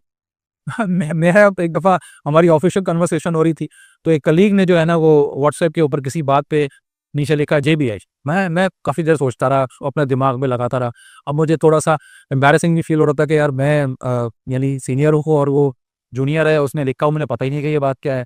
तो बहुत मैंने अल्फाज जोड़े, मैंने कहा ये क्या हो सकता है, नहीं समझ आया। पर उसी वक्त भाई ये क्या है, उसके ऊपर बताया जो बात है। अच्छा भाई, अच्छा बात ये हो रही है कि इसमें खराबी है उसकी बात हम नहीं कर रहे। हम बात क्या कर रहे हैं? हम बात कर रहे हैं सिनेरियो जो चेंज हो रहा है। अब आगे आप एक ऑफिस को चलाने के लिए, ऑर्गेनाइजेशन को चलाने के लिए, पूरे इदारों को चलाने के लिए आप इमेजिन करें कि अब क्या आगे सिचुएशन डेवलप होने वाली है, क्योंकि वो कंस्ट्रक्शन हो ही नहीं रही ना सेंटेंस की, एप्लीकेशंस की, चीज़ों की। ठीक है, तो बहुत तेज़ी के साथ ये दुनिया चेंज हो रही है। तो हो क्या रहा है भाई, जब बहुत ज़्यादा स्क्रीन टाइम ज़्यादा हो जाता है तो एज अ रिजल्ट एक इमेजिनरी वर्ल्ड हमारे दिमाग में बनता है। ये जो इमेज आपके राइट साइड पे नज़र आ रही है, तो इससे आप अंदाज़ा करें कि एक दुनिया वो है जो हमारे सामने है बड़ी सीधी, और एक दुनिया वो है जो अंदर कहीं हमने बनाई है। जो सामने नज़र आने वाली दुनिया है वो तकलीफ वाली है, परेशानियों वाली है, आजमाइशों वाली है, हर्डल्स वाली है। और हमने जो अंदर बनाई है वो फैसिनेटिंग, वो बड़ी ज़बरदस्त एक आइडियल दुनिया है। ठीक है, वो एक ख्वाबी दुनिया है, उसमें हर चीज़ बड़ी मज़ेदार है, ज़बरदस्त है। आप तसव्वुर करें कि एक लड़की जो है वो अपने फेसबुक पे देख रही है कोई क्लिप, कोई रील, कोई मज़ेदार किस्म कुछ चीज़ें हैं, वो एंटरटेन हो रही है, ज़बरदस्त डोपामिन रिलीज़ हो रहा है। ठीक है, और बड़ा उसको एक सुकून मिल रहा है बड़ी मज़ेदार एक दुनिया के अंदर, या वो जो ख़यालाती दुनिया वहाँ बनी है उसके अंदर सब कुछ बड़ा अच्छा है, बड़ा परफेक्ट है। ठीक है, उसका वो ख्याल रखने वाला है जो उसको शहज़ादियों की तरह, मलका की तरह ट्रीट कर रहा है। और अचानक उसको एक आवाज़ आती है कि ये बर्तन कौन धोएगा? ठीक है, और वो तो उस हकीकत की दुनिया में आती है, देखती है कि ये सिंक के ऊपर इतने सारे बर्तन जो है वो छोड़ने वाले छोड़ के चले गए। ये एक अलग डिबेट है, उसमें मैं नहीं जा रहा, लेकिन 12। तो मुझे बताइए वो दुनिया इसके काम की है कि ये दुनिया? ठीक है, तुम्हारे क्या ऐसी मजाक, जरा सा एक तफन्नुन आप हजरात की बात करें, प्रोफेशनल लेवल पे बात करें कि आप जिस दुनिया में इस मोबाइल फोन के अंदर है वो क्या मजेदार ज़बरदस्त दुनिया है, जहाँ आप सुपरमैन हैं, जहाँ आप हवाओं में उड़ सकते हैं, जहाँ आप हर वो काम कर सकते हैं जो रियल दुनिया में नहीं हो सकता। ठीक है, इंसान ने ये सारे जो करेक्टर्स बनाए क्यों बनाए? इसीलिए बनाए ना। सुपरमैन बना दिया उसने, सुपरमैन हर काम कर रहा है, हवा में उड़ रहा है, पता नहीं वो चांद पे जा रहा है, वो ये भूसा मार के पहाड़ तोड़ रहा है।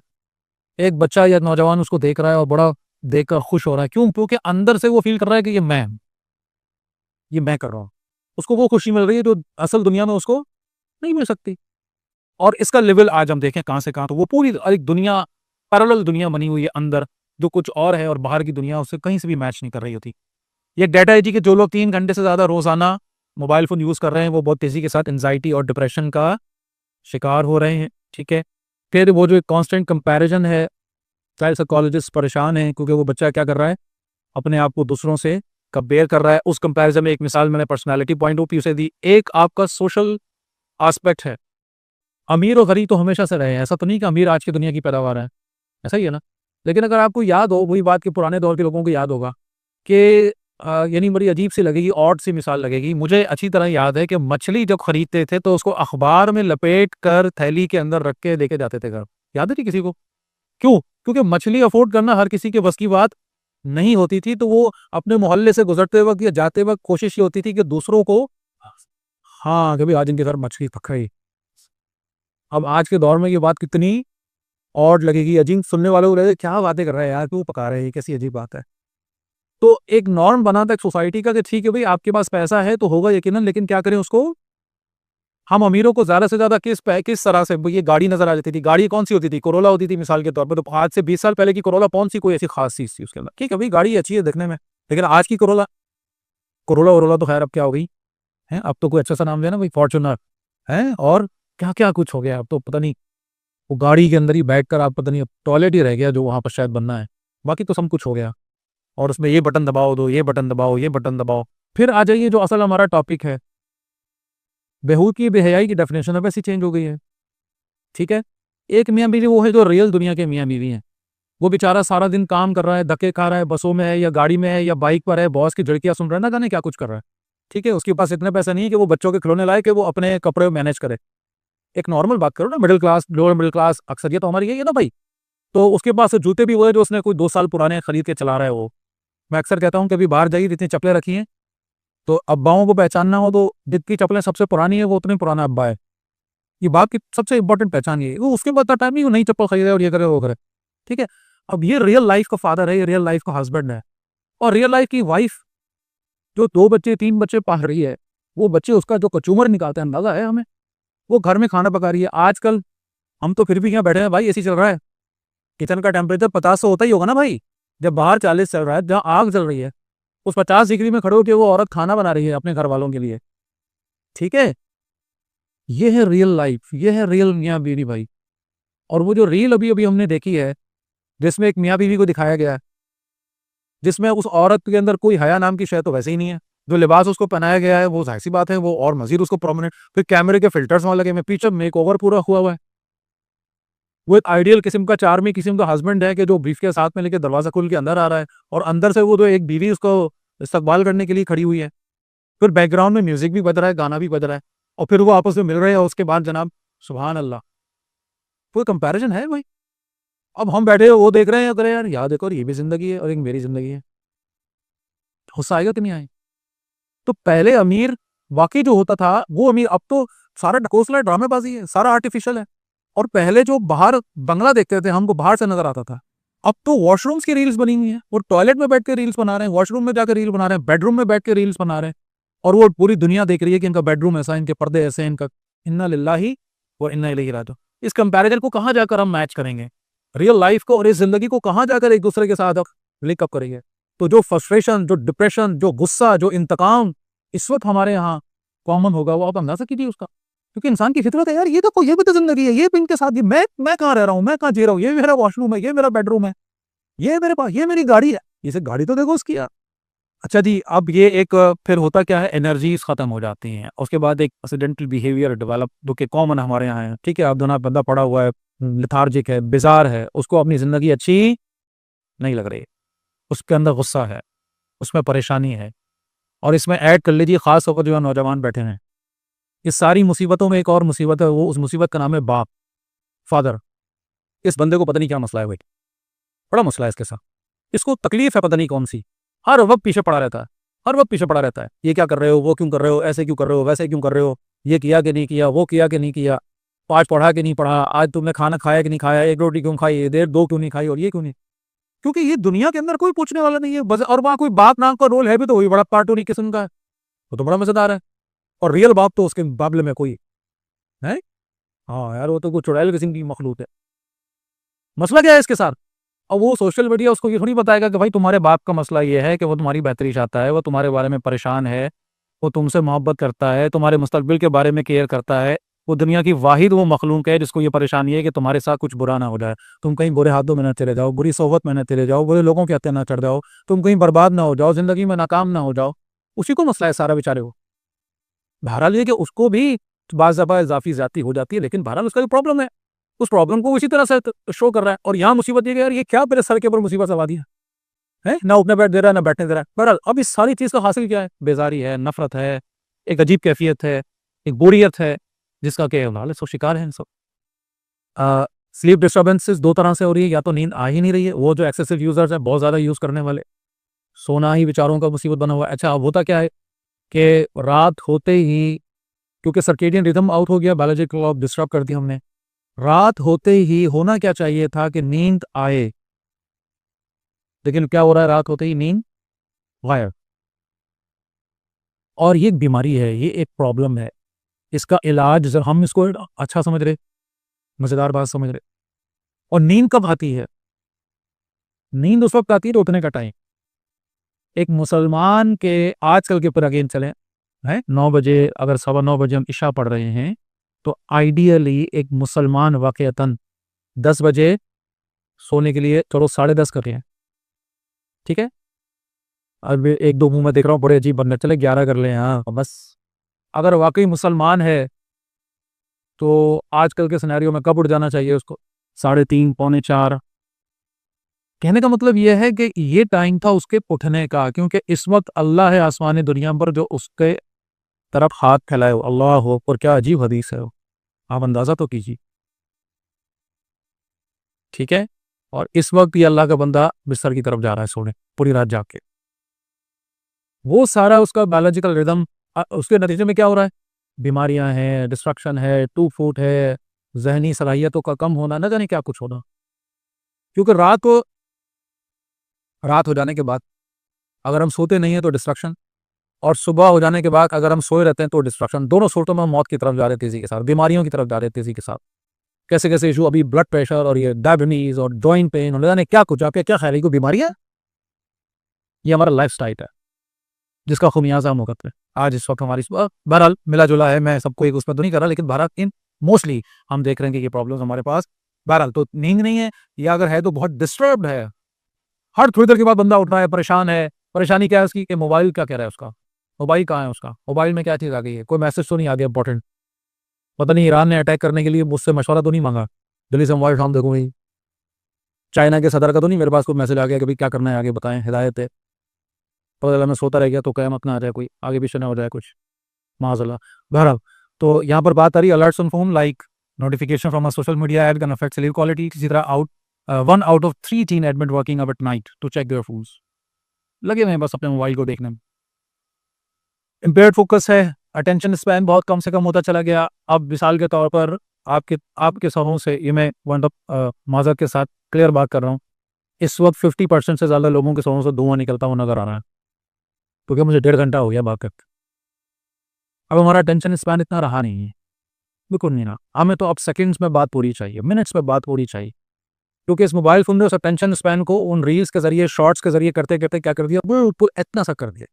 अब हमें अगर कोई 1 घंटे की स्पीच हमें दे के यार ये सुनो बड़े अच्छा बयान है, तो मैं को भाई 1 घंटे का बयान, इतना टाइम कहाँ से लाएंगे, 1-2 मिनट में बताओ बात क्या है, बस, ठीक है। तो ये एक बहुत बड़ा मसला। आप नसीहत करें अपने बच्चे को तो ज़्यादा से ज़्यादा चंद सेकंड तक वो आपकी बात सुन रहा होगा, उसके बाद वो उसे पा को देख रहा होगा, सुनने रहा होगा, क्योंकि वो बेचारा इससे ज़्यादा फोकस कर ही नहीं पा रहा। बहुत भी कुछ बातें इसमें हो सकती थी। बहरहाल कंसंट्रेशन, किसी बात को फोकस करना, किसी बात को उसके सही मेरिट के ऊपर इवैल्यूएट करना, उसकी एनालिसिस करना, ये सब बातें बेकार हो गई, इसकी कोई इंपॉर्टेंस नहीं रह गई। अब सरफेस पर रह के बस फौरन फौरन किसी बात का पता चल जाना और उसके ऊपर रिएक्ट करना, ये कॉमन हमारा चीज़ें जो हैं ये बन चुकी।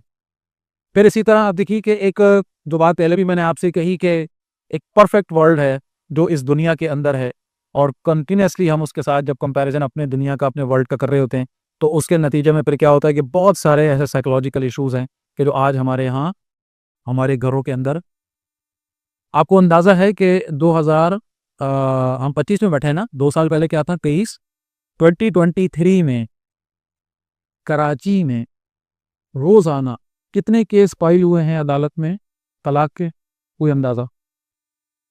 30 केस एक दिन, पर डे। अंदाजा है आपको ये बात क्या हो रही है? बात ये नहीं कि तलाकें कितनी हुई, केस कितने फाइल होने। मतलब ये अनबिलीवेबल है, अनइमेजिनेबल है। अपने मोहल्लों का जायजा लीजिए जनाब अली, हर दूसरे तीसरे चौथे घर में डाइवोर्स। क्यों? ये रीजन आ रहा, मैंने आपके सामने पूरी उठा के रखी है डिटेल, कि वो वहां जो दुनिया के अंदर मियाँ बीवी हैं, वो रियल लाइफ के मियाँ बीवी उनको देख रहे हैं और कह रहे हैं कि यार ये भी ये होना चाहिए, और मेरे साथ ही क्या हो रहा है। एक तो केस मेरा, यानी एक ऐसा सामने आया मेरे, जो एक साहब ने आकर मुझे बताया, मैं हैरान परेशान हो गया यार, कि जनाब अली वाइफ छोड़कर चली गई है, उसने डाइवोर्स के लिए कह दिया है, वापस आने की शर्त यह कि एसी लगवाओ, एसी एयर कंडीशन लगवाओ। हाँ मतलब ये कितनी, देखें अब उस बहस में हम नहीं जा रहे ना कि वो उसका क्या था क्या नहीं था, क्यों था क्या था, लेकिन ये क्या तलाक का रीजन बनता है। और उस लड़की के घर वाले उसके साथ सपोर्ट नहीं है, हाँ जी बिल्कुल सही डिमांड कर रही है। उस शादी से पहले आपको नहीं पता था कि ये बंदा, तो क्या हम कहाँ जा रहे हैं, किस परफेक्ट वर्ल्ड को ढूंढने के चक्कर में। आप दुनिया के अमीर तरीन आदमी से बेटी की शादी कर ले, एक्सीडेंट हो जाए, मेंटल रिटार्डेड हो जाए, बावल हो जाए, दीवाना हो जाए, मासूर हो जाए, फिर क्या करेंगे? तलाके दिलवाएंगे उसको, मतलब क्या करेंगे? अजीब पागलपन हो गया, अजीब, इतना मटेरियलिस्टिक, कितना मटेरियलिस्टिक। खैर, कीमत क्या है भाई ये सब चीजों की जो हम दे रहे हैं? हम ये समझ रहे हैं कि जनाब ये सारा कुछ हमें कैसे मिल रहा है, फ्री में मिल रहा है। लेकिन जो डेटा साइंस वाले लोग बैठे हैं वो अच्छी तरह जानते हैं, इस वक्त दुनिया का सबसे महंगा तरीन जो एसेट है, जो चीज है, को क्या है? डाटा है। आपको क्या पसंद नापसंद, आपकी लाइक्स डिसलाइक्स, ये सब क्या है? ये डाटा में शामिल है। इस वक्त एडवर्टाइजमेंट या मार्केटिंग दुनिया जिस लेवल पे जा चुकी है, आपको as a person, as a entity वो ट्रीट कर रहे हैं, और आपकी हर चीज को अपने पास ले रहे हैं, क्योंकि वो आपको देना चाहते हैं वो चीज जो आप देखना चाहते हैं। और उसके पीछे जो इन्वेस्टमेंट हुई है, उन इन्वेस्टर्स को पैसा मिल रहा है इस बात का, क्योंकि पहले मुझे एक गोड़ लगाकर सबको एक ही बात बतानी पड़ती थी, आप में से 10 लोगों के काम की थी, 90 लोगों के काम की नहीं थी, तो वो 90 लोगों के लिए बेकार था। अब मेरे लिए बड़ा मजेदार है कि मैं इन 100 लोगों को अपनी वही चीज प्रेजेंट करूं जो उनके पसंद की है, काम की है। आप आपस में बातचीत कर रहे होते हैं और थोड़ी देर में आपके सोशल अकाउंट पे उससे रिलेटेड कुछ ना कुछ, क्योंकि उन्होंने आपसे जब आप ऐप इंस्टॉल कर रहे थे ओके करवा लिया कि वो आपकी बातें सुन भी सकता है, रिकॉर्ड भी कर सकता है। एआई उसके अंदर लगा हुआ है, वो कीवर्ड्स कैच कर लेता है, वो आपकी बात सुनता है और आपका मसला सुनता है, फिर आप उसको सॉल्व कर रहे हैं, देख रहे हैं, सिलेक्ट कर रहे हैं, टाइम लगा रहे हैं, वो हर चीज़ आपके बारे में जान रहा है। अब सुनने में बड़ा मजेदार है कि यार ठीक है यार, मैं जो चाहता हूँ वही ऐड मेरे पास आ गया ना, वही काम की चीज़, तो बड़ी अच्छी बात है। लेकिन जरा इसका दूसरा एस्पेक्ट सोचिए कि वो सारा डाटा कहाँ है? वो डाटा मौजूद है क्लाउड में। और जब कल ये फाइनल बैटल होने जा रहा होगा, जब कल फाइनली वो दज्जाल की आमद होगी, वो दज्जाल कैसे जानता है हर किसी को? वो दज्जाल कैसे उस शख्स के सामने माँ बाप लाकर रख देगा, मरे हुए उसके, कि जो अपने माँ बाप से मिलने के लिए मर रहा होगा, बेचैन होगा, तड़प रहा होगा, उसको पता है कि इसके साथ ही मसला है। हर आदमी के साथ ही मसला नहीं है, समझिए इस बात को। कितने ही लोग हैं तो माँ बाप के बढ़ने के बाद उनको याद भी नहीं आता कि माँ बाप थे मेरे, नहीं थे। उनके सामने दज्जाल लाकर माँ बाप रख देगा तो उसके लिए क्या फैसिनेशन है, क्या उसके नचार, कुछ भी नहीं है। उसको पता है कि इस शख्स को अपना बड़ा माँ बाप याद आते हैं, तो उसी के सामने लाकर रखेगा ना। बात समझिए। तो कैसे पता है उसको? एक एक चीज को पता है, एक एक चीज का। फिर जो लोग इससे आगे बढ़ के एक्टिव है इसमें और अपनी सेल्फीज और तस्वीरें और न जाने क्या कुछ, वो तो इतना कुछ दे रहे हैं इस मीडिया को, अपना डाटा इस तरह से दे रहे हैं, इस लेवल पे चीज से आ चुकी है। और हम खड़क खड़क अपनी तस्वीरें, बच्चों की तस्वीर, न जाने क्या कुछ उसमें डाल रहे हैं। बारह, फिर इसी तरह जाहिर सी बात है, जो लोग क्रिमिनल इंटेंशंस रखते हैं उनके लिए तो बड़ा जबरदस्त है, वो हैक करें, वो वहां से डाटा चुराएं, उसके बाद आपके बारे में जो जानना चाहें वो चाहें, वो जाने, और उसके मुताबिक वो आपको ब्लैकमेल करें, वो आपके साथ जो भी आपके साथ मिस यूज करना चाहें आपके डाटा को, वो बड़ी आसानी के साथ कर सकते हैं। ठीक है। और एक गलतफहमी दूर कर लीजिए कि डिलीट करने से डिलीट हो जाता है। Once on the internet forever on the internet. ठीक है। वो आपके सामने से गायब हो गया, आप समझ रहे डिलीट कर दिया मैंने, वो इतने बेवकूफ नहीं है।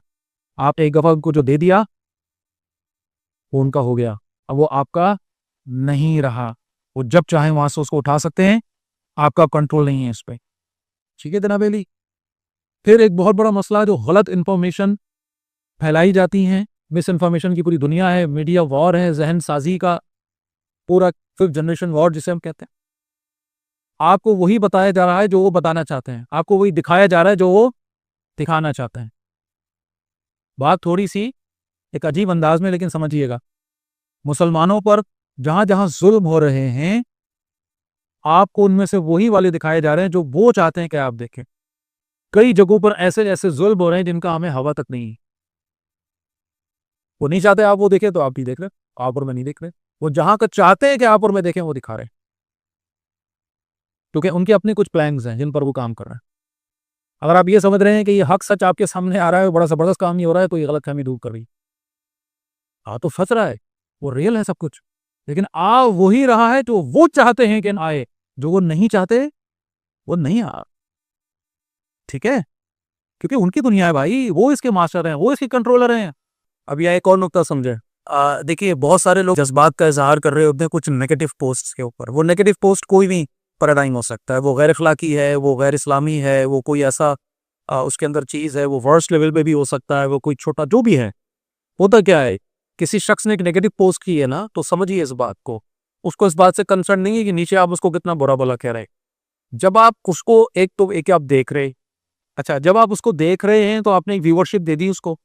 नंबर 2 ये कि आपने गुस्से में उसको लिंक उसका शेयर किया कि देखो यार ये क्या हो रहा है, आपने उसको फर्दर स्प्रेड किया। तीसरे नंबर पे आपने नीचे गुस्से में कमेंट नहीं किया। ये सारी चीजें जो भी आपका वो प्लेटफॉर्म है वो इसको उस पोस्ट के हवाले से प्लस में ले रहा है, यानी वो उसको फर्दर एल्गोरिथम में ऊपर लेकर आएगा। यार इतने सारे लोग देख रहे हैं, इतने सारे लोग उसको शेयर कर रहे हैं, इतने सारे लोग कमेंट, नीचे 4-10 हक्कानियां लिखी हो, बुरा भला लिखा हो, लेकिन उसके लिए, उस प्लेटफॉर्म के लिए वो चीज क्या है, उस पोस्ट को ऊपर लाने का जरिया है, फर्दर स्प्रेड करने का जरिया। वो एल्गोरिथम और ऊपर आएगा, लोग जो नहीं देखना चाहते उनके पास भी वो एज ए सजेशन पहुंचेगा। तो ये जहन में रखे भाई कि अपने इस पॉइंट ऑफ व्यू से भी जरा कॉन्शियस रहे। हम कमेंट कर रहे हैं तो ये कमेंट हमारा करना उस पोस्ट को फर्दर फैलाने का सबब बन रहा है, हम बेवकूफ़ी में समझ रहे हैं कि हम अच्छा काम कर रहे हैं। अच्छा ऊपर नेगेटिव पोस्ट थी आप में, यानी एक गलत पोस्ट थी, आपने बड़ा अच्छा उसके नीचे आंसर लिखा या कोई बात ज़बरदस्त लिखी, किसी और शख्स ने आपकी बात को अपना हार्ट प्रेजेंट कर दिया, बड़ी अच्छी बात की थी, लेकिन उस पूरे एल्गोरिथम में वो हार्ट कहाँ गया, वो उस नेगेटिव पोस्ट के पास गया। ये बात समझें, ठीक है। तो आप उसकी वैल्यू बढ़ा रहे हैं। कई चीजें ऐसी होती है कि जो हम अपनी बेवकूफ़ी में, अपनी यानी उस चीज की दुश्मनी में नेगेटिव चीज को हम स्प्रेड कर रहे होते हैं, उसका सबब बन रहे होते हैं। तो बहुत कॉन्शियस रहने की जरूरत है। जो इस फील्ड के लोग हैं जो काम कर रहे हैं उनको छोड़ दें। इसमें एक बात बड़ी अहम है और वो ये है कि फर्ज करें अगर कोई नेगेटिव बात है, किसी पोस्ट में है, किसी क्लिप में है, कहीं है, और आप वाकई सोशल मीडिया यूजर हैं और पॉजिटिवली उसको यूज कर रहे हैं, तो बजाय इसके कि उस पर कमिट करें या उसको कुछ अपना अपने जज्बात के इज़हार करें, अलग से एक पोस्ट बनाएं, ठीक है, जो उसको निगेट करने वाली हो। आप वहाँ ये बात लिखें कि भाई ये बात जो फैलाई जा रही है या ये बात गलत की जा रही है या इसके अंदर ये गलती है या इसके अंदर ये नुकसान है, अलग से बना के। ये मैं बात कर रहा हूँ वो लोग जो ऑब्वियसली इस आगे जाके बात करेंगे कि ये काम अगर करना है तो ये हर किसी के करने का काम नहीं है, कॉन्शियस लेवल पे करने का काम। तो बजाय इसके कि वहां हम उसको स्प्रेड करने का सबब बन रहे हो, अलग से कोई बात लेकर कोशिश करें ऐसी चीजें स्प्रेड ना हो। इसको बहुत ही जरूरत हो तो इसको शेयर करें, वरना बिल्कुल इसको और व्यूअरशिप भी ना दें, उसको छोड़ दें ना। जितना देखेंगे उतनी चीजें ऊपर आएंगी और हम बेवकूफी में इसके आगे बढ़ाने का सबब बन रहे होंगे। अब आ जाते जी आखिरी हिस्सा। ये सारी बातें एक तरफ कर दीजिए, ये मेंटल डिस्टर्बेंसेस, ये साइकोलॉजिकल डिस्टर्बेंसेस, ये सोशल आइसोलेशन, ये तमाम दुनिया, इनको एक तरफ कर दीजिए, दुनिया खत्म हो जानी है। एक आदमी मोबाइल फोन का नशई था, दीवाना था, यूज करता रहा, बीमार होकर मेंटली रिटार्डेड होकर मर गया ना। एक आदमी सेहतमंद था, जबरदस्त था, बेहतरीन था, वो भी मर गया। अब मरने के बाद ये सब बातें क्या होगी? लेकिन मेरा और आपका मसला तो यहीं से शुरू होता है।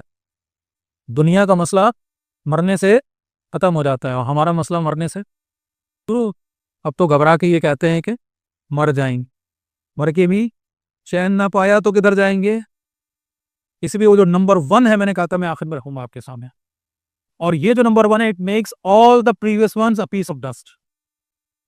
ये सारी बातें जो अब तक हमने की, मैंने इसलिए शुरू में बात की थी कि भाई उनकी जुबान में जो लोग समझना चाहते हैं, मैंने ये चीजें सामने रख दी, साइंटिफिक एविडेंसेस रख दिए, प्रूफ रख दिए, वगैरह वगैरह। लेकिन आप यकीन करें कि मेरे और आपके लिए ये सारी बातें एक जर्रा हैं when we are talking about ईमान। ये मोबाइल फोन हमसे हमारी तन्हाइयों में क्या ले रहा है भाई?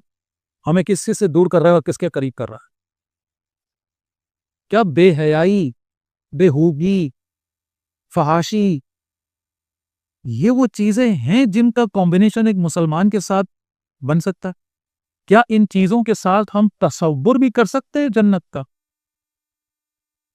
एक हदीस पढ़कर हैरानगी होती है और मुझे समझ नहीं आता कि उस दौर में अल्लाह के नबी ने इस हदीस से क्या मुराद ली थी। सुभान रज़ी अल्लाह तआला अन्हु कहते हैं कि अल्लाह के नबी ने फरमाया कि कल क़यामत के दिन कुछ लोग ऐसे आएंगे अल्लाह के दरबार में जो तहामा पहाड़ के बराबर नेक अमाल लेकर आएंगे। ये तहामा जो है ये मदीना और मक्का के दरमियान में बताया जाता है कि बहुत बड़ा कोई सिलसिला है पहाड़ों का, बहुत बड़े बड़े पहाड़ है, इतने बड़े बड़े अमाल लेकर आएंगे और अल्लाह ताला उनके अमाल को राख बना देगा। राख का मतलब बेवजन, पलड़े में डाला जाएगा, ये हज निकल रहा है, ये उम्रा निकल रहा है, ये नमाजें निकल रही हैं, ये जनाब कुर्बानी, ये बड़े बैल लाए थे, हैं? वो रखा दाएं पलड़े में, बंदा सोच रहा है दाएं पलड़ा झुकेगा, कुछ भी नहीं है, वहीं का वहीं रहा, कोई वजन नहीं, बेकार हो गया सब, राख बना देगा। सहाबा ये सुनकर कांप गए और पूछा अल्लाह के नबी बताइए ये कौन लोग हैं ताकि हम इनसे बच सके। आपने फरमाया अब सुनिए, आपने फरमाया ये वो लोग हैं जो दिन में तुम्हारे साथ जिहाद करते हैं, रातों को तुम्हारे साथ जागते हैं।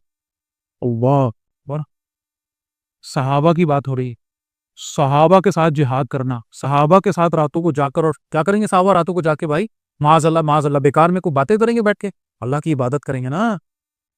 तुम्हारे साथ दिन में जिहाद करते हैं, रातों को तुम्हारे साथ जाकर इबादत करते हैं, लेकिन जब तन्हाई में होते हैं तो उस चीज को अपने लिए जायज कर लेते हैं जो अल्लाह ने नाजायज की है। अब यकीन करें मुझे नहीं समझ आता कि उस दौर में ऐसा क्या होता होगा जो एक शख्स तन्हाई में कर पाता होगा।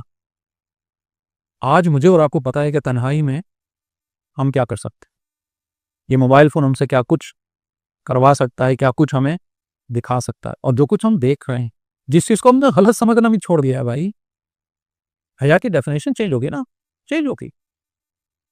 अल्लाह अकबर, बाहर आ गई ये सारी बातें एक तरफ, और वो बर्बादी जो इस वक्त हमारी पूरी नस्लों को खा रही है, पूरी नस्लों को। ये किसी ने बड़ी अच्छी बात की कि सैलाब फसलों को तबाह करता है और बेहयाई नस्लों को तबाह करता है। उस जमाने में वो नजर बिन हारिस रसूलुल्लाह सल्लल्लाहु अलैहि वसल्लम की दावत के मुखालिफत में नौजवानों को अट्रैक्ट करने के लिए शाम से गाने वालियों को लेकर आया था, ये है ना, तब तफसील पता है सबको। और दरमियानी दौर की बात करें तो मोहम्मद बिन कासिम के फौजियों को डिस्ट्रैक्ट करने के लिए जो स्ट्रैटेजी बनाई थी सलेबियों ने, वो यही थी कि किसी तरीके से उनको क्या करो, बेहयाई का दिलदादा बनाओ, जना की तरफ लाओ, क्योंकि ये वो चीज़ है जो नौजवानों से सिर्फ उनका ईमान ही नहीं, उनके सारा उनका जो अंदर का ताकत है वो सल्ब कर लेती, खोखला कर देती है वो। और आज वो बहरहाल इसमें कामयाब हो गए। आज आप देखें कि क्या सूरत हाल है, एक खोखला चलता फिरता एक इंसान है, वो नौजवान कहने को नौजवान है, अंदर से खाली है, इसलिए कि उनकी रातें, उसकी तन्हाइयाँ, वो जो इंटरटेनमेंट जिसे हम कह रहे हैं वो इंटरटेनमेंट नहीं है, वो सिर्फ और सिर्फ क्या है, बेहूद ही पाश ही है, जिसकी वजह से वो दिन ब दिन स्टेप बाय स्टेप अल्लाह से दूर हो रहा है, जहन्नम के करीब तर होता चला जा रहा है। और ये वो बर्बादी है, ये वो चीज़ है कि जैसे मैंने अर्ज किया कि मेन मसला है हमारा ये है भाई, मेंटली डिसऑर्डर हो जाए हमें परवाह नहीं, चश्मे लग जाएंगे वो मसला नहीं, ठीक है, जॉइंट पेन भी मसले नहीं है भाई, साइकोलॉजिकल डिसऑर्डर्स भी होंगे, अपनी जगह होंगे, लेकिन अगर यहाँ मारे गए तो क्या होगा, कैसे अल्लाह के सामने जाकर खड़े होके, कैसे, ठीक है। दज्जाल आने वाला है, हम सबका इस पर अकीदा है, हम सब जानते हैं, और उसके आने की तैयारियां, उसके इस्तकबाल की तैयारियां हो रही हैं। और मैं बड़े अर्ज कर रहा हूँ बड़े यकीन के साथ कि ये जो सोशल मीडिया है ये पेशकैमा है, ये उसके आने की तैयारियों के हवाले से एक पूरी तरतीब है, इसमें बहुत एहतियात, बहुत ज़्यादा कॉन्शियस होने की ज़रूरत है। जो कुछ हम इसमें बर्बाद कर रहे हैं, अब नोट करते चले जाएं, अपना टाइम बर्बाद कर रहे हैं। जन्नत में जाने के बाद एक जन्नती को हसरत बताई गई किस बात पर होगी, वो लम्हा जो उसने अल्लाह की याद के बगैर गुजार दिया। एक मुसलमान के पास कोई लम्हा फारिग हो ही नहीं सकता कि वो बैठा हुआ हो और उसके पास करने को कुछ ना हो। अरे भाई अल्लाह का जिक्र करना है, कुरान पढ़ना है, दीन पढ़ना है, अल्लाह को राजी करना है। एक मुसलमान को अगर 2 मिनट मिल जाते तो वो सोचता था कि 2 नफल पढ़ लूँ, कुछ जिक्र अस्कार कर लूँ, कुछ सुभान अल्लाह अल्हम्दुलिल्लाह कह लूँ। अब तो तसव्वुर नहीं है इन चीज़ों का। अब तो इंतहा यह है कि अगर गलती से 10 मिनट पहले नमाज के लिए मस्जिद चले गए हैं तो उस 10 मिनट में भी मोबाइल निकाल कर उसमें लगेगा कि हमने पता नहीं क्या कुछ करना है, इसके बगैर जिया नहीं जा रहा। फिर आ जाइए, अल्लाह से दूर हो रहे हैं, इबादत से इंटरेस्ट खत्म हो रहा है। एक मुस्लिम की शनाख्त क्या होती है, एक मुसलमान की पहचान सब खत्म हो रही है, दज्जाल के शिकार होते चले जा रहे हैं। और जो कुछ देख रहे हैं उसके अंदर, जिस चीज को हमने जायज कर लिया, और एक अब्बा बैठकर देख रहा है तो किस मुंह से अपने बेटे को रोकेगा। एक माँ बैठकर देख रही है, कैसे अपनी बेटी को मना करेगी। अम्मा अब्बा के कमरे से जब वो आवाजें आ रही है अंदर से, हा हा हो, जो आजकल की जो एक वो साउंड्स हैं जो कॉमन हो गए हैं, वो कहां से जाकर बच्चे को अपने बताएंगे बेटा क्या चीज सही है और क्या चीज गलत है। चले जी, करना क्या है, एक कह लीजिए कि थोड़ी सी इसमें आइडिया कर लें कि भाई जल्दी से कि भाई क्या करें। तो पहली चीज़ देखिए जी, अवॉइड बन अलोन, कोशिश करें अकेले में इस्तेमाल ना हो। एक असूल बना लें अपना, कोई भी स्क्रीन, कंप्यूटर हो या मोबाइल हो या लैपटॉप हो, कोशिश करें कि जब भी यूज़ करें कोई ना कोई और मौजूद हो, ठीक है, ताकि दिल में अगर खुदा ना खास्ता शैतान की तरफ से कोई बात भी आए तो एक ऐसी रेजिस्टेंस वहाँ हो कि नहीं भाई, ये एक होने का असूल, कोशिश करें जितना हो सके, जितना हो सके। फिर इसी तरह क्या काम की चीज़ है उसकी लिस्ट बनाएं। मोबाइल फ़ोन यकीनन हमारे काम का है, मैंने शुरू में भी अर्ज़ किया, नेमत है। तो लिस्ट बनाएं कि इसका यूज़ मुझे क्या करना है, मेरे किस किस काम इसने आना है। उस लिस्ट पर कारबंद रहने की कोशिश करें। इसको एक दुश्मन के तौर में ले भाई, दोस्त ना समझे। मजबूरी है कि इस दुश्मन से हमें फ़ायदा उठाना है, इसको मजबूरी समझ कर करें, फैसिलिटी समझ कर ना इस्तेमाल करें।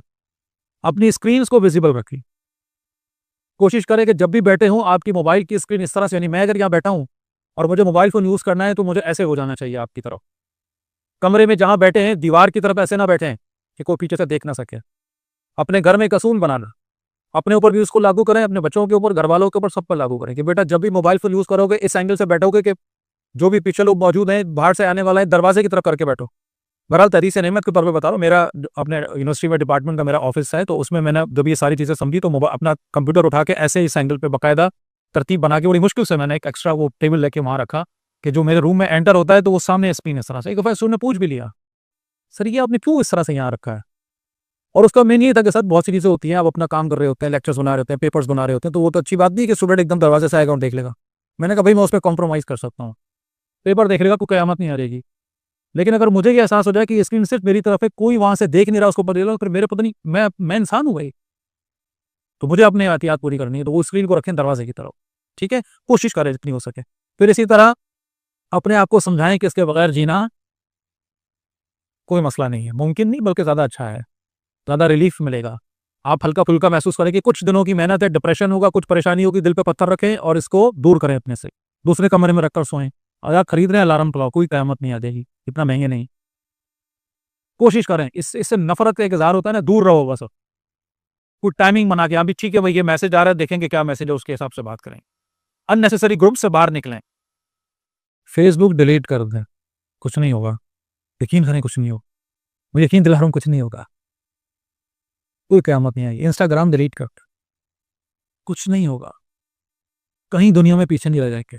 हाँ, किसी के लिए बहुत ज़रूरी है, किसी का काम है, किसी की फील्ड है, ठीक है, डिपेंड करता है, सब नहीं कर सकते, लेकिन जो खामखा कहता है सिर्फ वक्त गुजारने के लिए उसको इस्तेमाल कर दें, डिलीट कर दें। और लार्जर स्क्रीन्स आर बेटर, ठीक है, जो काम कंप्यूटर में हो सकता है उसको मोबाइल का ना करें, जो बड़ी स्क्रीन पे हो सकता है उसको छोटी स्क्रीन पे ना करें। अब इसके बाद सबसे ज़्यादा जो अहम तरीन बात मेरे हिसाब से बनती है, और मैं अंदाज़ा कर सकता हूँ कि जितनी देर से हम ये सारी बात कर रहे, इसमें जो जितने भी सवाल जहन में आ रहे होंगे उस पर सबसे ज़्यादा जो पहले नंबर पे सवाल आ रहा होगा, मैं उम्मीद लग कर सकता हूँ, वो यही है कि सोशल मीडिया को एज ए टूल फॉर दावा हम इस्तेमाल करें या ना करें। क्योंकि अभी तक जो हमने बात की, ज़ाहिर है मैंने ख़ास पॉइंट ऑफ व्यू से आपके सामने एक एंगल से ये सारी बात रखी कि इसमें तो कोई शक नहीं है कि ये मोबाइल फ़ोन और सोशल मीडिया का जो कॉम्बिनेशन है, ये हमको एक तेज़ी के साथ एक ऐसी दुनिया में धकेल रहा है कि जहाँ पर हम अपनी हेल्थ को भी कॉम्प्रोमाइज़ कर रहे हैं, चाहे वो हमारी जिस्मानी हो या ज़हनी सेहत हो।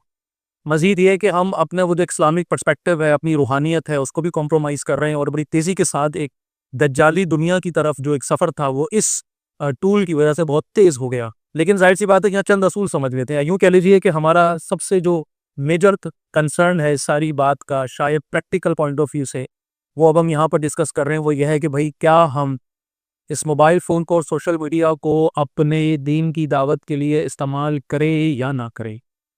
तो कुछ असूल हैं, कुछ पॉइंट्स हैं, इंशाल्लाह 2-3 वो आपके सामने रख देता हूँ। देखिए, मैंने अभी थोड़ी देर पहले आपके सामने अर्ज़ किया कि ज़ाहिर है ये एक टूल है। टूल अच्छा होता है, बुरा होता है? नहीं जनाब, टूल तो टूल होता है। अच्छा बुरा तो वो शख्स होता है जिसके हाथ में वो टूल है।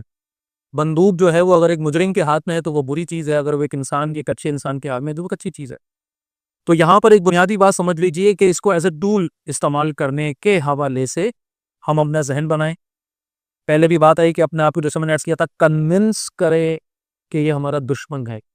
और दुश्मन से अगर आप कोई काम लेना चाहते हैं तो उसके असूल बड़े डिफरेंट होते हैं। काम तो लेना पड़ेगा, जी हाँ, काम तो लेना पड़ेगा। मैं ये तो आपसे नहीं कहूँगा कि जनाब अली कि इसको इस तरह से तर्क कर दें कि अगर कोई वाक़तन इसमें दावत का काम कर रहा है, कोई अपनी जो भी अच्छी बात को स्प्रेड करने की कोशिश कर रहा है, या इसको इस तरह समझ लीजिए कि एक दलदल है, एक गलाज़त से भरी हुई दुनिया है कि जहाँ पर सब कुछ बहुत बुरा है, और उसी दौरान में अगर कोई अच्छी चीज़ वहाँ आ जाती है तो कम से कम वो लोग जो उस दलदल में पूरी तरह डूबे हुए हैं, उस दुनिया के अंदर हर्क है, कम से कम उनको एक रिमाइंडर के तौर पे कोई ना कोई अच्छी बात मिल जाए, शायद तो को क्लिक करें, शायद कि वहाँ से वो पलटें और अपने आप को दोबारा से एडजस्ट करें, दोबारा एक रियल वर्ल्ड में लाने के लिए। तो हासिल ये इस पूरी बात का कि काम तो ये करना है, इसमें कोई शक नहीं है। और सोशल मीडिया को अगर कम से कम की भी लेवल पे आ जाए, व्हाट्सएप पे हम अपनी कम्युनिकेशन करते हैं, अपनी बातचीत करते हैं, अपने मैसेजेस को कन्वे करते हैं, बड़ी आसानी हो गई है। अब डेटा ट्रांसफ़र करना बड़ा सिंपल हो गया, आप वीडियोज़ को, ऑडियोज़ को बड़ी आसानी के साथ कर रहे होते हैं। तो यकीनन वो वहाँ एक इस्तेमाल है, लेकिन ज़ाहिर अगर यहीं से बात का आगाज़ करें, मैं व्हाट्सएप पे मैसेज भेज रहा हूँ या मेरे पास मैसेजेस आ रहे हैं, थोड़ा-सा लिस्ट डाउन कर लीजिए सुबह से शाम तक का। मैं सिंपल सी बात स्टूडेंट्स के सामने भी रखता हूँ कि भाई अपने पूरे दिन की चैट उठा के एक दफ़ा मेहनत करो और सामने रख लो। और ज़रा ट्राई करो, देखो कि सुबह से शाम तक के ये तुम्हारे जितना व्हाट्सएप पे वक़्त गुज़रा है, इसमें प्रोडक्टिव वक़्त कितना है? कितनी काम की बातें उसमें आई हैं, जो कि रिलेटेड है आपके प्रैक्टिकल लाइफ़ से, आपके ऑफ़िस लाइफ़ से, आपके घरेलू जो भी आपकी जो काम की चीज़ें वो क्या है? उसमें दावत का पार्ट कितना है? उसमें एक पॉज़िटिव जेस्चर्स कितने हैं, उस सारी चीज़ का, और वो वेस्ट ऑफ टाइम वाला पार्ट कितना है? जिसका ना कोई हासिल है ना वसूल, सिर्फ़ एक एंटरटेनमेंट है, कुछ मज़े हैं, कुछ तफ़रीह है और बस। ज़रा इसको लिस्ट डाउन कर लें, इसको ज़रा देख लें और एक आइडिया हमें हो जाएगा कि वाक़तन हम इसका इस्तेमाल कितना परसेंट क्या कर रहे हैं, और अपने आप को टिल्ट डाउन करें टुवर्ड्स अ प्रोडक्टिव रोल, एक अच्छे इस्तेमाल के हवाले से, एक पॉजिटिव यूज़ के हवाले से। फिर इसी तरह ये तो व्हाट्सएप तक को फिर भी एक मामला थोड़ा-सा कंट्रोल में होता है, वहाँ पर आपके पास काफ़ी सारी ऐसी चीज़ें हैं कि एक शख्स अपने आप को एक दायरे में भर समेट सकता है। अभी जो ओपन वर्ल्ड है ना, जिसमें ज़ाहिर है इंस्टाग्राम है, फेसबुक है और यूट्यूब भी बहरहाल उसके अंदर, क्योंकि जब आप उस दुनिया में जाते हैं तो वहाँ बहुत कुछ है और एक के बाद एक वो है। और जैसे पहले भी हमने इस बात को समझा, इस सोशल मीडिया और मोबाइल का जो कॉम्बिनेशन है, इसने आपको जो चीज़ दी है इस दुनिया में, वो है एक कंपेनियन, आपका साथी, आपका हमदम, आपका हमराज, जो आपको समझता है, आपको जानता है, आपकी सोच से भी वाकिफ़ है। वो अच्छी तरह जानता है आप क्या चाहते हैं, क्या देखना चाहते हैं, क्या सुनना चाहते हैं, आपको क्या पसंद है, क्या नापसंद है। और वो बहुत ज़्यादा कॉन्शियस है कि आप उसके साथ रहें, आप उसको ना छोड़ें। आप उस पर सिर्फ़ अच्छी बातें सुनना चाहते हैं, दीन की बातें सुनना चाहते हैं, वो आपको अपने साथ लगा के रखेगा, आपका एतमाद जीतेगा, कोई मसला नहीं। वो आपको सब कुछ वो दिखाएगा जो आप देखना चाहते हैं। तो मेरी अर्ज़ सिर्फ़ ये है कि इसको भी लिस्ट डाउन कर लिया जाए। फ़ेसबुक का इस्तेमाल आप कर रहे हैं, ठीक है। अज़ीमत ये है, मैंने पहले भी अर्ज़ किया, जो लोग नहीं कर रहे, वो जान जिनकी छुट्टी हुई है, ना करें, छोड़ दें, चक्करों में ना पड़ें। कॉन्शियस लेवल पर आ जाएँ, जो वाक़तन अपने ऊपर एक कंट्रोल रख सकते हैं, भरोसा रख सकते हैं कि यार मैं ये काम कर सकता हूँ। ईमान की वो कैफ़ियत को मेंटेन करके रखना पड़ेगा। ऐसे लोगों के साथ कनेक्ट होना पड़ेगा, महफ़िल में कनेक्ट होना पड़ेगा, जहाँ कम से कम के लेवल पर आपका वो फ़ेथ इतने लेवल पर रहे कि आप इतना अपने अंदर पावर, इतना इतना अपने अंदर वो एक स्ट्रेंथ रख सकें कि आपको पता हो किस पे क्लिक करना है, किस पे नहीं करना। उसके साथ फिर आप अगेन जैसे मैं अर्ज़ कर रहा हूँ, लिस्ट डाउन करें, लिस्ट डाउन करें। आपका यूसेज क्या है? आप क्या इस्तेमाल कर रहे हैं? आपने एक पोस्ट की, ठीक है, उसके बाद आपने पोस्ट को वहाँ करने के बाद, चेक करने के बाद क्या किया? एक बात तो होगी, आपने एक अच्छी पोस्ट की, अब 15 मिनट के बाद आप ये देखना चाहते हैं कि यार उस पोस्ट पर कितने लाइक्स आए, आप दोबारा वहाँ जाते हैं। जब आप दोबारा वहाँ जाते हैं तो ज़ाहिर-सी बात है, सिर्फ वहाँ उसको देख के रुकते नहीं हैं, फिर उससे आगे बढ़ते हैं। फिर वो आपको अपने साथ एंगेज करता है। वो आपको वो दिखाता है जो आप देखना चाहते हैं, दरमियान में वो अपनी बात भी करता है। तो मैं सिर्फ ये कह रहा हूँ कि थोड़ा एनालाइज़ करें। आपने उसको यूज़ किया, कितनी देर किया, क्या यूज़ करने गए थे, क्या करने गए थे और क्या करके आ रहे? तो अब सूरत-ए-हाल ये होती है कि आपके ज़हन में एक बात आती है कि फलाँ एक मैसेज करें, आप मोबाइल उठाते हैं तो उसके ऊपर कुछ आपके पास आए हुए होते हैं नोटिफ़िकेशंस, और आप एक-एक करके जब उसको देखना शुरू करते हैं, अगले 15 मिनट, 20 मिनट, आधा घंटा उसमें चला जाता है, उसके बाद याद आता है कि मोबाइल उठाया क्यों था? ये इतनी ख़तरनाक दुनिया है जिसने हमको ज़हनी तौर पर इसने जकड़ लिया है। तो खुदारा एक लिस्ट डाउन करें चीज़ों को। मैंने पहले अर्ज़ किया कि इस्तेमाल तो करना पड़ेगा, ज़ाहिर है, लेकिन इस्तेमाल करने वाले ज़रा एनालाइज़ करें कि बाकी हम इस्तेमाल कर सकते हैं कि नहीं। नंबर 1, हमारे ऊपर ये हमारे अंदर ये कंट्रोल है कि नहीं, हम अपना एक प्रोडक्टिव रोल प्ले कर रहे हैं कि नहीं कर रहे हैं। फिर इसके इस्तेमाल को लिस्ट डाउन करें, चीज़ें बनाएँ, अपने वक़्त को देखें, कितना वक़्त लगाया पिछले 1 दिन का या पिछले 1 हफ़्ते का एनालाइज़ करें, कितना वक़्त किस चीज़ पे लगाया, फिर अपने सामने रखें। कॉन्शियस लेवल पर आप देखें कि हमारा ये इस्तेमाल जो वाक़तन हम समझ रहे हैं कि हम दीन की दावत के लिए कर रहे हैं, वाक़ई ऐसा है? ऐसा तो नहीं है कि हम ये समझ रहे हैं, हम इसको इस्तेमाल कर रहे हैं और ये हमको इस्तेमाल कर रहा हो। हमारा टाइम, हमारा डेटा ना जाने क्या कुछ इसमें लग रहा हो। इसको भी एनालाइज़ करने की ज़रूरत है। ये जो जब हम अपना कोई पोस्ट डालते हैं, कोई वीडियो डालते हैं, कोई क्लिप डालते हैं, कोई बात डालते हैं, वो अच्छी सब वो तो भी आप XYZ अच्छी ज़बरदस्त बात डालते हैं। क्या ख़्याल है आपका? वो अगर आप देखते हैं अगले दिन के उसके ऊपर जो है वो 600 लाइक्स आए हुए हैं, तो आपके क्या ख्याल है, ये 600 लोगों ने आपकी पोस्ट को पढ़ा है? क्या उन्होंने वाकई वो क्लिप देखा है? क्या वाकई इन्होंने वो मैसेज गेन किया है? ये हमारी खामख्याली है, इसको अच्छी तरह समझ लें। ये 600 लोग लाइक्स या 600 व्यूज़ हो भी आप कह लें, शायद 6 लोग होंगे किसने उस पूरी बात को सुना होगा, समझा होगा। ये इतना ज़्यादा अब मेरा समझने कि ये आपकी जो एक इनफरादी मेहनत थी, जो फिज़िकल वर्ल्ड में आपकी दीन की दावत की मेहनत थी, वो यहाँ पूरी हो रही है। हरगिज़, हरगिज़, हरगिज़ ऐसा नहीं है। एक आदमी अगर रोज़ाना एक पोस्ट करता है और उसको 600 लोग देखते हैं, उसके मुकाबले में एक आदमी वो है जो किसी तरह इस बात को खुद से मेहनत करके 6 लोगों तक पहुँचा देता है। आप यकीन करें ये वाला आदमी ज़्यादा सक्सेसफुल है अपनी दावत में। इस बात को समझें। तो अगेन यस, हमें इस्तेमाल करना है लेकिन कॉन्शियस लेवल पर करना है, सोच समझ कर करना है, अपनी एनालिसिस साथ साथ जारी रखनी है, तज्जिया करते रहना है कि वाकई हम इस्तेमाल कर भी पा रहे हैं या सिर्फ हमारी खामख्याली है, और बचकर रहें, जितना ज़्यादा बचकर रहेंगे कॉन्शियस रहेंगे। आखिरी बात है जी, तावुज़ पढ़ें जब कभी भी इंटरनेट के ऊपर बैठें। लैपटॉप है, डेस्कटॉप है, कंप्यूटर है, हमारा मोबाइल फ़ोन है, टैब है, व्हाटएवर इट इज़, आगाज़ तावुज़, औज़ु बिल्लाहि मिनश शैतानिर रजीम, पूरे कॉन्शियसनेस, पूरी हसासियत के साथ मांगते हुए अल्लाह से कि या अल्लाह ये काम ये मैं इस दुनिया में जा रहा हूँ, किसी एक अच्छे इरादे से जा रहा हूँ, या अल्लाह मुझे बचा के रखना है शैतान के हर किस्म के शर से, हर किस्म के असर से। फिर ये है कि भाई दुआ बहुत ज़्यादा करें अपने लिए भी और सारी चीज़ के लिए भी। जो लोग भी ये मीडिया में हैं, जो लोग ये इस्तेमाल कर रहे हैं, दुआएँ बहुत ज़्यादा करें कि या अल्लाह वाक़ई हमें इस मीडिया का सही इस्तेमाल करने की तौफ़ीक अता फ़रमा। फिर इस्तग़फ़ार पढ़ते रहें जितनी देर वहाँ रहें। सुनने पे बड़ा अजीब लगता है भाई, लेकिन ये ज़रूरी है। वो सामने आपके मोबाइल खुला है, फ़ेसबुक है, यूट्यूब है, व्हाटएवर जो भी है, आप उसका जो भी समझ रहे हैं कि मैं अच्छी बात देख रहा हूँ, अच्छा बयान सुन रहा हूँ, अच्छी बात कर रहा हूँ, कम्युनिकेट कर रहा हूँ, दावत दे रहा हूँ, जो कुछ भी आप कर रहे हैं अच्छी चीज़ है, करना तो पड़ेगी। लेकिन अगेन साथ में इस्तग़फ़ार थोड़ी-थोड़ी देर में पढ़ते रहें ताकि इंटैक्ट रहें, ताकि कनेक्टेड रहें, उस फ़्लो में बह ना जाएँ, शैतान के लिए आसान हथियार ना बन जाएँ और वो फिर ले जाए बड़ी तेज़ी के साथ उस तरफ के जहाँ से वापसी फिर मुमकिन ना हो। अल्लाह से दुआ के साथ कि अल्लाह ताला हमें इस ख़तरनाक तरीन दुनिया जिसको हम ज़ाहिर सोशल मीडिया की दुनिया कह रहे हैं, इसमें पहली बात नुक्ता मैंने अर्ज़ किया कि कम से कम इसका इंटरेक्शन हो, इसको अपने आप को समेटें, वापस लाएँ, रियल वर्ल्ड में वापस आएँ।